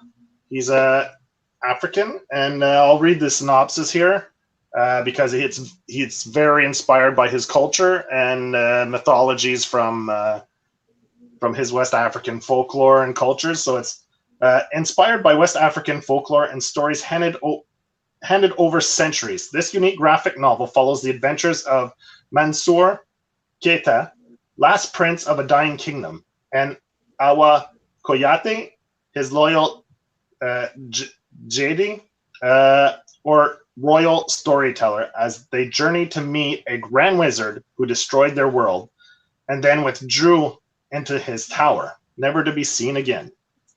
On their journey, they'll cross paths with friend and foe, from myth and legend alike, and revisit the traditions, tales, and stories that gave birth to their people and nurture them still. But what dark secret lies in the heart of these stories, and what purpose do their tellers truly serve? So basically, this is like a West African fairy tale or folklore, kind of based on all kinds of different aspects of their folklore. And in the back, which is great about this book, is Juni puts a whole glossary that explains a lot of what all these terms mean. Like DGNs are like mythical. What would you call them? Almost They're like not no, monsters, almost but like genies, like fairies. almost like genies from the Middle Eastern cultures. They actually Yeah, have that's a it. similar Yeah, name because they call yeah, them jinn there, and it's gems. Yeah, spelled DJINN. yeah. That's the same thing from like Arabian Nights. Yeah. That, So that's in the glossary in the back, he explains all these different influences that influence the story, and I would strongly suggest if you read this book, I'd go read that section in the back first because Right. I think it'll give you a lot more context to understanding what this story is, because it's quite fun and original to see it from a different perspective, how some of our folklore overlaps in ideas. Like, it isn't that unfamiliar as some other ones. Like, I think he even elaborates on it from like different cultures, like Scottish culture and stuff like that. He elaborates on it, and he has symbols, and he explains what all the symbols mean throughout.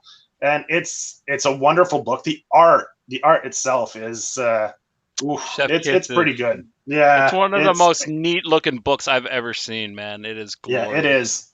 It's got a style on its own, and it's energetic. It's fun. His designs of the characters, and it's just great. It's original.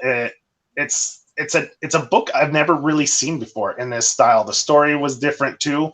I mean, if you want something different and new that you probably haven't seen or read before, definitely pick this book up. It's really cool.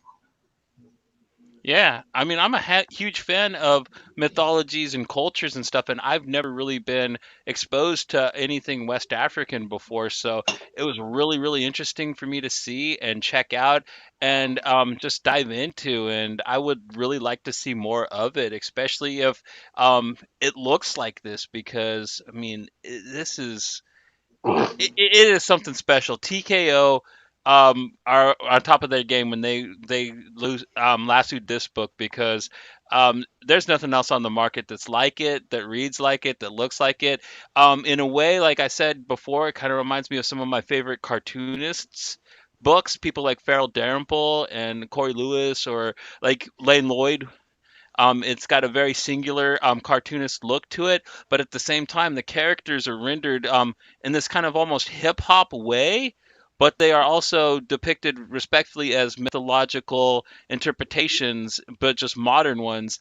And you just go on this really, really neat tale that I guess you could say is Lord of the Rings esque, but it's a completely different culture's take on that.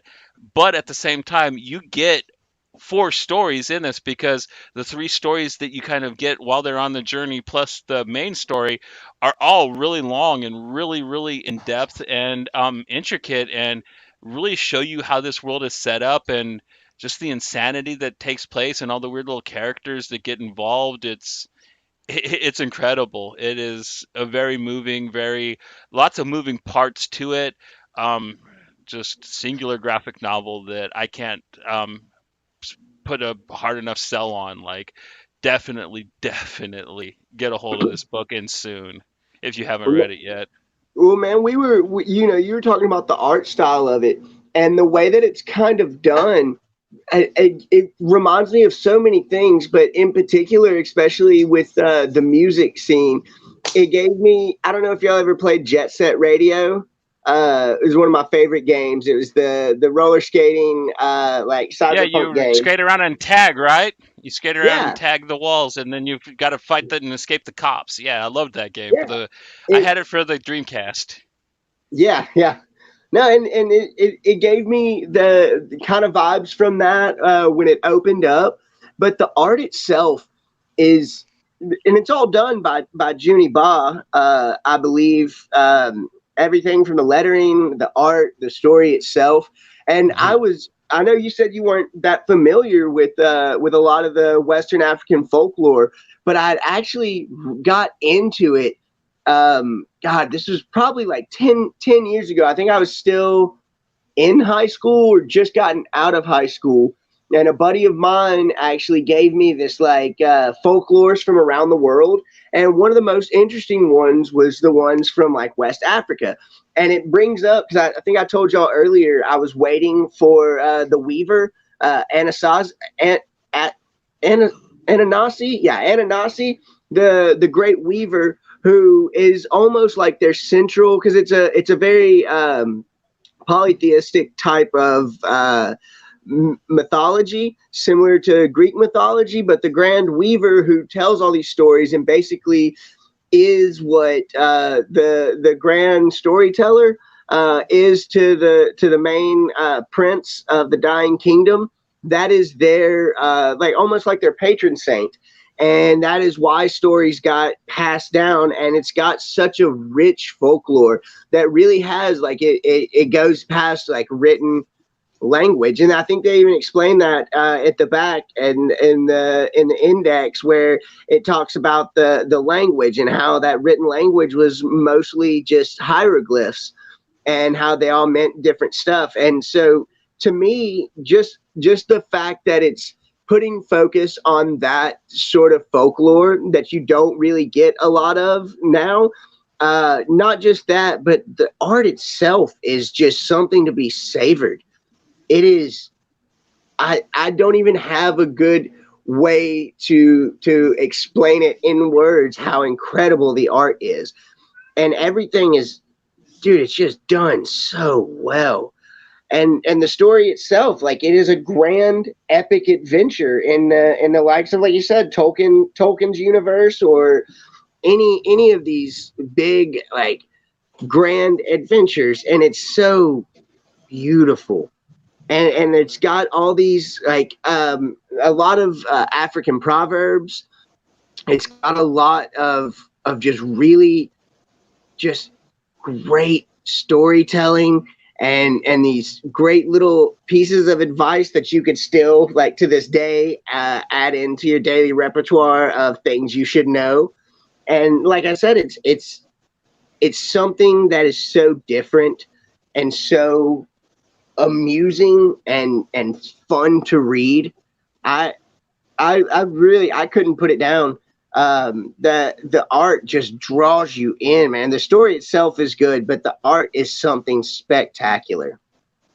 Yeah, all in all, it's a total win-win, a whole package wise. I really hope to see a lot more of Junie Bob because, I mean, even if he just continues doing books like this, I would be down to read a lot more of his take on the mythology just because it's so fresh and new. It's something I've never seen before as a fan of, fantasy, and yeah, definitely give me more. Another thing that it kind of reminds me of in a weird way is the movie City of God, especially the second story they tell with how the war broke out and stuff like that.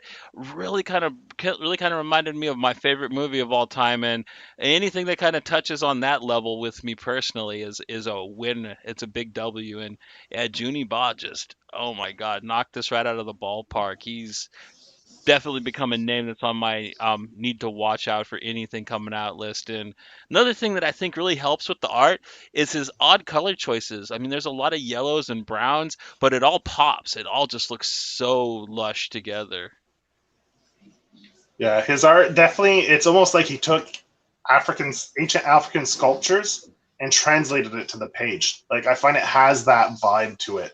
Like the way the faces are drawn and stuff like that. It definitely reflects his culture big time in his art. Like, even like you say, the colors, a lot of the colors, like if you look at African art, it definitely reflects big time in his work.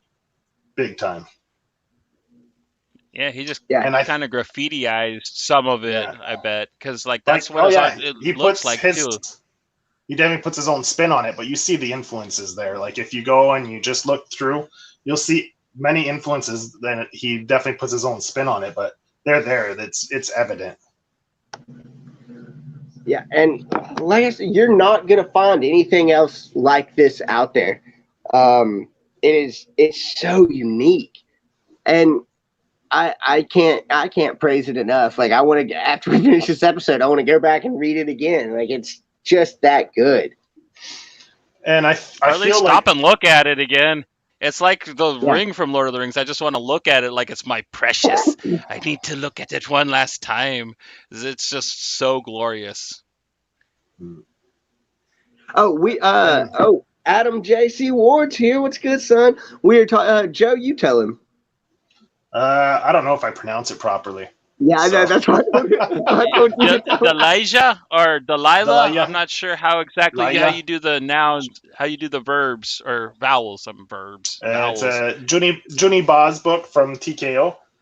And what I love about this, and I think it's particular to almost any book that's done by a cartoonist, meaning like Jeff Lemire does his own books, like any, like even I was touching on Victoria Douglas, like cartoonists who do from everything from A to Z.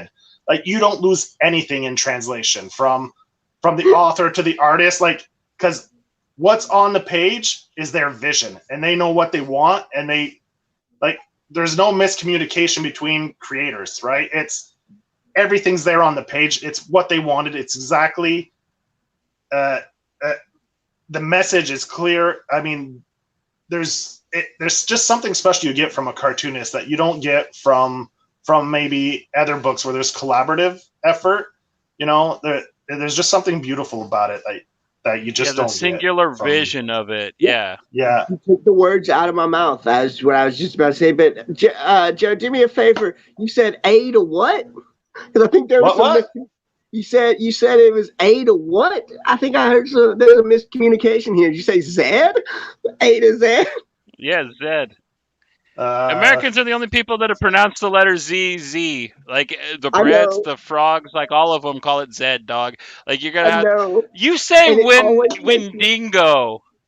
Don't even. They're Okay, yeah, I do say it. Fuck it. But it makes my heart smile every Windingo. time.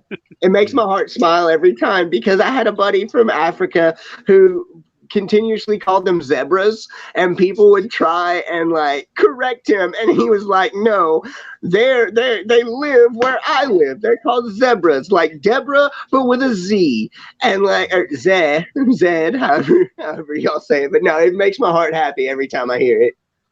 I'm not I going always to dumb think about that. myself down to your culture. Yeah, Whatever. Don't use the metric system, Joe. I do. Zed. I thought you were gonna talk about you had an uncle named Zed. I mean that would make sense. Aren't people named Zed's Zed in Zed's dead, dead, Joe. Texas? baby. Zed, Zed's dead. Zed's dead. After he gave me that See? book in the van full of jokes, he just flew off into the sunset, and we ain't seen him since. Yeah. Anyway, like, oh man, Uh, it's beautiful to see a creator do everything from start to finish and execute it so beautifully. Like, I mean, Well, well, I it don't know if introduced this you to is a for whole new everyone world because the and a art style, yeah, the art style might not be for everyone because it's definitely different. But man, I if you would don't like highly the art, recommend get you out of check it here. out. If you don't like that Some art, people you might leave not. right now. They can, yeah, Like, they can get look, out. people bitch about stylized art, man, all the time. People bitch They about it can because there's get these, yeah, out. That's all I gotta yeah. say. Like, if you don't like this art, honestly, like, I guess there's Alex Ross for you. Go and look at that for the rest of your life and But be that's what I happy. mean. But Some people need realism, right? They're all into how real it can be and proportions and proper anatomy and all this, and they get all anal about it. And you probably ask them to draw something, they probably couldn't draw goddamn anything if their life depended on it. So Who needs fucking anatomy when hypocrites. you got Heelys and a megaphone? Yeah. No, sorry. it No, all comes down to if you can draw feet or not. That's the big divide. Like, if you, All right, let's not go there. Let's not go there. we can go there. Fuck that dude. He doesn't have me blocked on Facebook. I can talk as much shit to him as I want. Uh, I face. don't want to. I don't want to. I don't want to dirty this episode by Yeah. you know. We're talking about Junie Ba and his amazing art Yeah. style. And Yeah. honestly, if you can't look at it and see that it's beautiful, I weep for you. That's all I gotta Yeah. say. Instead of telling you to get out and be a Texan about it, like, I'm just gonna say I feel sorry for you if you Hey, don't we look at this don't and see take the too true beauty of it. kindly to your kind round here. All right, what are you gonna do? Stick a Wendigo on me there, or a Pinguing there, Benedict Wendigo. Cumberbatch? Fucking Wendigo. Wendigo, come on, man, Wendigo. Wendigo. That's what it. Did, Wendigo. Benevolent cucumber batch. Yeah, man, Elijah. Like, it is, like we said, it's a singular vision, and it's one that I've never seen before. And I've read. I pride myself on being very cultured in comics and reading books from all over the place. But West Africa is new to me, and I really want more of it. And I really hope Junie Ba sticks around, and he takes us on another journey because.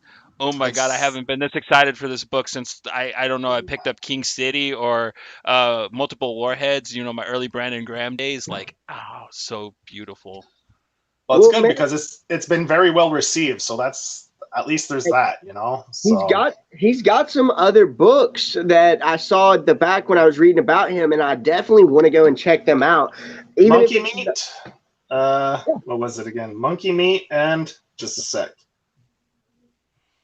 Good nickname He for has one Goose, that's Monkey called Meat. Monkey Meat and Cayenne and Abini. It's a mini series, which yeah, he I want to check them co-wrote out. with someone else. Yeah, but this is his first graphic novel. Okay. His first foray as a It graphic fucking novelist. Are knocks those it out of the available park. in English and in the U.S.? Do you know, or I can find out for you I'm right not sure where now. he's from. Oh, that's cool. We can talk after the show, but He's Senegalese. He's from Senegal. okay. Grew up in Dakar. Dakar. Man. Yeah. Well, it's good that, like, he's got a really good sense of humor, and he wrote a really upbeat book. I mean, it's got its dark moments, but all in all, it's a very hopeful, very just solid fantasy tale. You know what I mean? It really Mhm. just takes, like you said, it's not too disfamiliar from something that you'd see in typical fantasy, but at the same Mhm. time, it's something brand new too, Yeah. and you don't run across that very often. No, Dude, it was a fun read. I'm looking at Monkey Meat right now, which it is available you can get it in the US. It is in English, and holy shit, it looks incredible. Like you mentioned Brandon Graham earlier, and he's got the picture that I'm looking at now has some characters that almost look like they're from Delasia, and they're riding on what looks like a giant mechanical king crab. I don't know if you probably can't see that. Yeah, you can see it a little bit, but like, I'm gonna be buying this book soon. Yeah, it's so getting got, mate. Thank you for letting me know, because I just have a PDF that they sent me to review. I didn't know that the actual physical copy of Elijah was out. I'm gonna have to get that too, because I thought that was getting released with the next wave. No, it dropped maybe what a couple months ago. Maybe I'd say 3 at the most. Okay, Yeah, it's fairly I'm on it recent. then. So But it's a it's new book. definitely something that if you're a serious comic book fan, it should be on your shelf. And I'm a serious Yeah. comic book fan, so it's got to be on mine soon. Yeah, all the books we talked about you can pick up through TKO, or you can even go on Comixology, order it through Amazon. You could. It's easy to get. There's no excuse not to read these books. You can get it anywhere. And yeah, I got nothing but mad props for TKO because, like I said, they finally made buying and reading original graphic novels a thing in the American market, and they should be applauded for that because it is a feat that people have been trying, like I said, since the 1960s. Which it's weird to me because the rest of the world kind of reads comics in graphic novel form more than floppies, Hmm. so it's kind of weird that Hmm. it took this long and something as weird as like, oh hey, it's like Netflix, you can binge your comics now to get the millennials into it. So It's because you got the it's collector's awesome. market, right? That's Get Oh, that what. hey, special That's cover, what the influences get it. the Yeah. Peach Momoko cover on yeah. eBay. I'm pretty sure you can get monkey meat for free. I just went on and I'm downloading it now. All right, You can get it for we don't want to talk about piracy on the web on no the no no show, it, man. it, Like no, you it's and not your piracy. It's not piracy at all. It's from Kugali publishers who published it. Like okay. I literally yeah. I went onto the website to go and find it, and I don't know if they have physical copies, but you can get the ebook for free. So go and check it out because this guy's work is fucking incredible. Sexy. Yep. Thanks for that TKO hookup. baby. Yeah, man. You heard it from the goose's mouth. So, And what's good for the like goose is good for Windingo. the gander. And with that, we were going to call it an evening. This was a really, really fun episode of Pink Buzz. We got a whole 2 hours into it. That's always awesome to do. And yeah, I want to thank Goose for this wonderful recommendation of a topic. And next week, we're going to be back. We're going to have our guest, our buddy Big Mikey from Outside the Pages. He is going to be joining us. And we are going to be talking about cyberpunk-ish type books about technology gone wrong. We're going to be covering some really fun books, and it's going to be a lot of fun. So you can join us next Friday. I'm not sure exactly the time. He is in California, so we might actually be doing the show a little later next week, but we will let you know on Twitter. But until next time, this is Graphic Vandalism, a product of Pink Buzz. And I just said that backwards because of Goose. He's on his phone. He's distracting me. What I meant to say is, this is Pink Buzz, a product of Graphic Vandalism. And until next time, don't stop reading, don't stop watching awesome movies, and don't stop supporting that rad ass music. And yeah, latest. Have a great week of reading, y'all.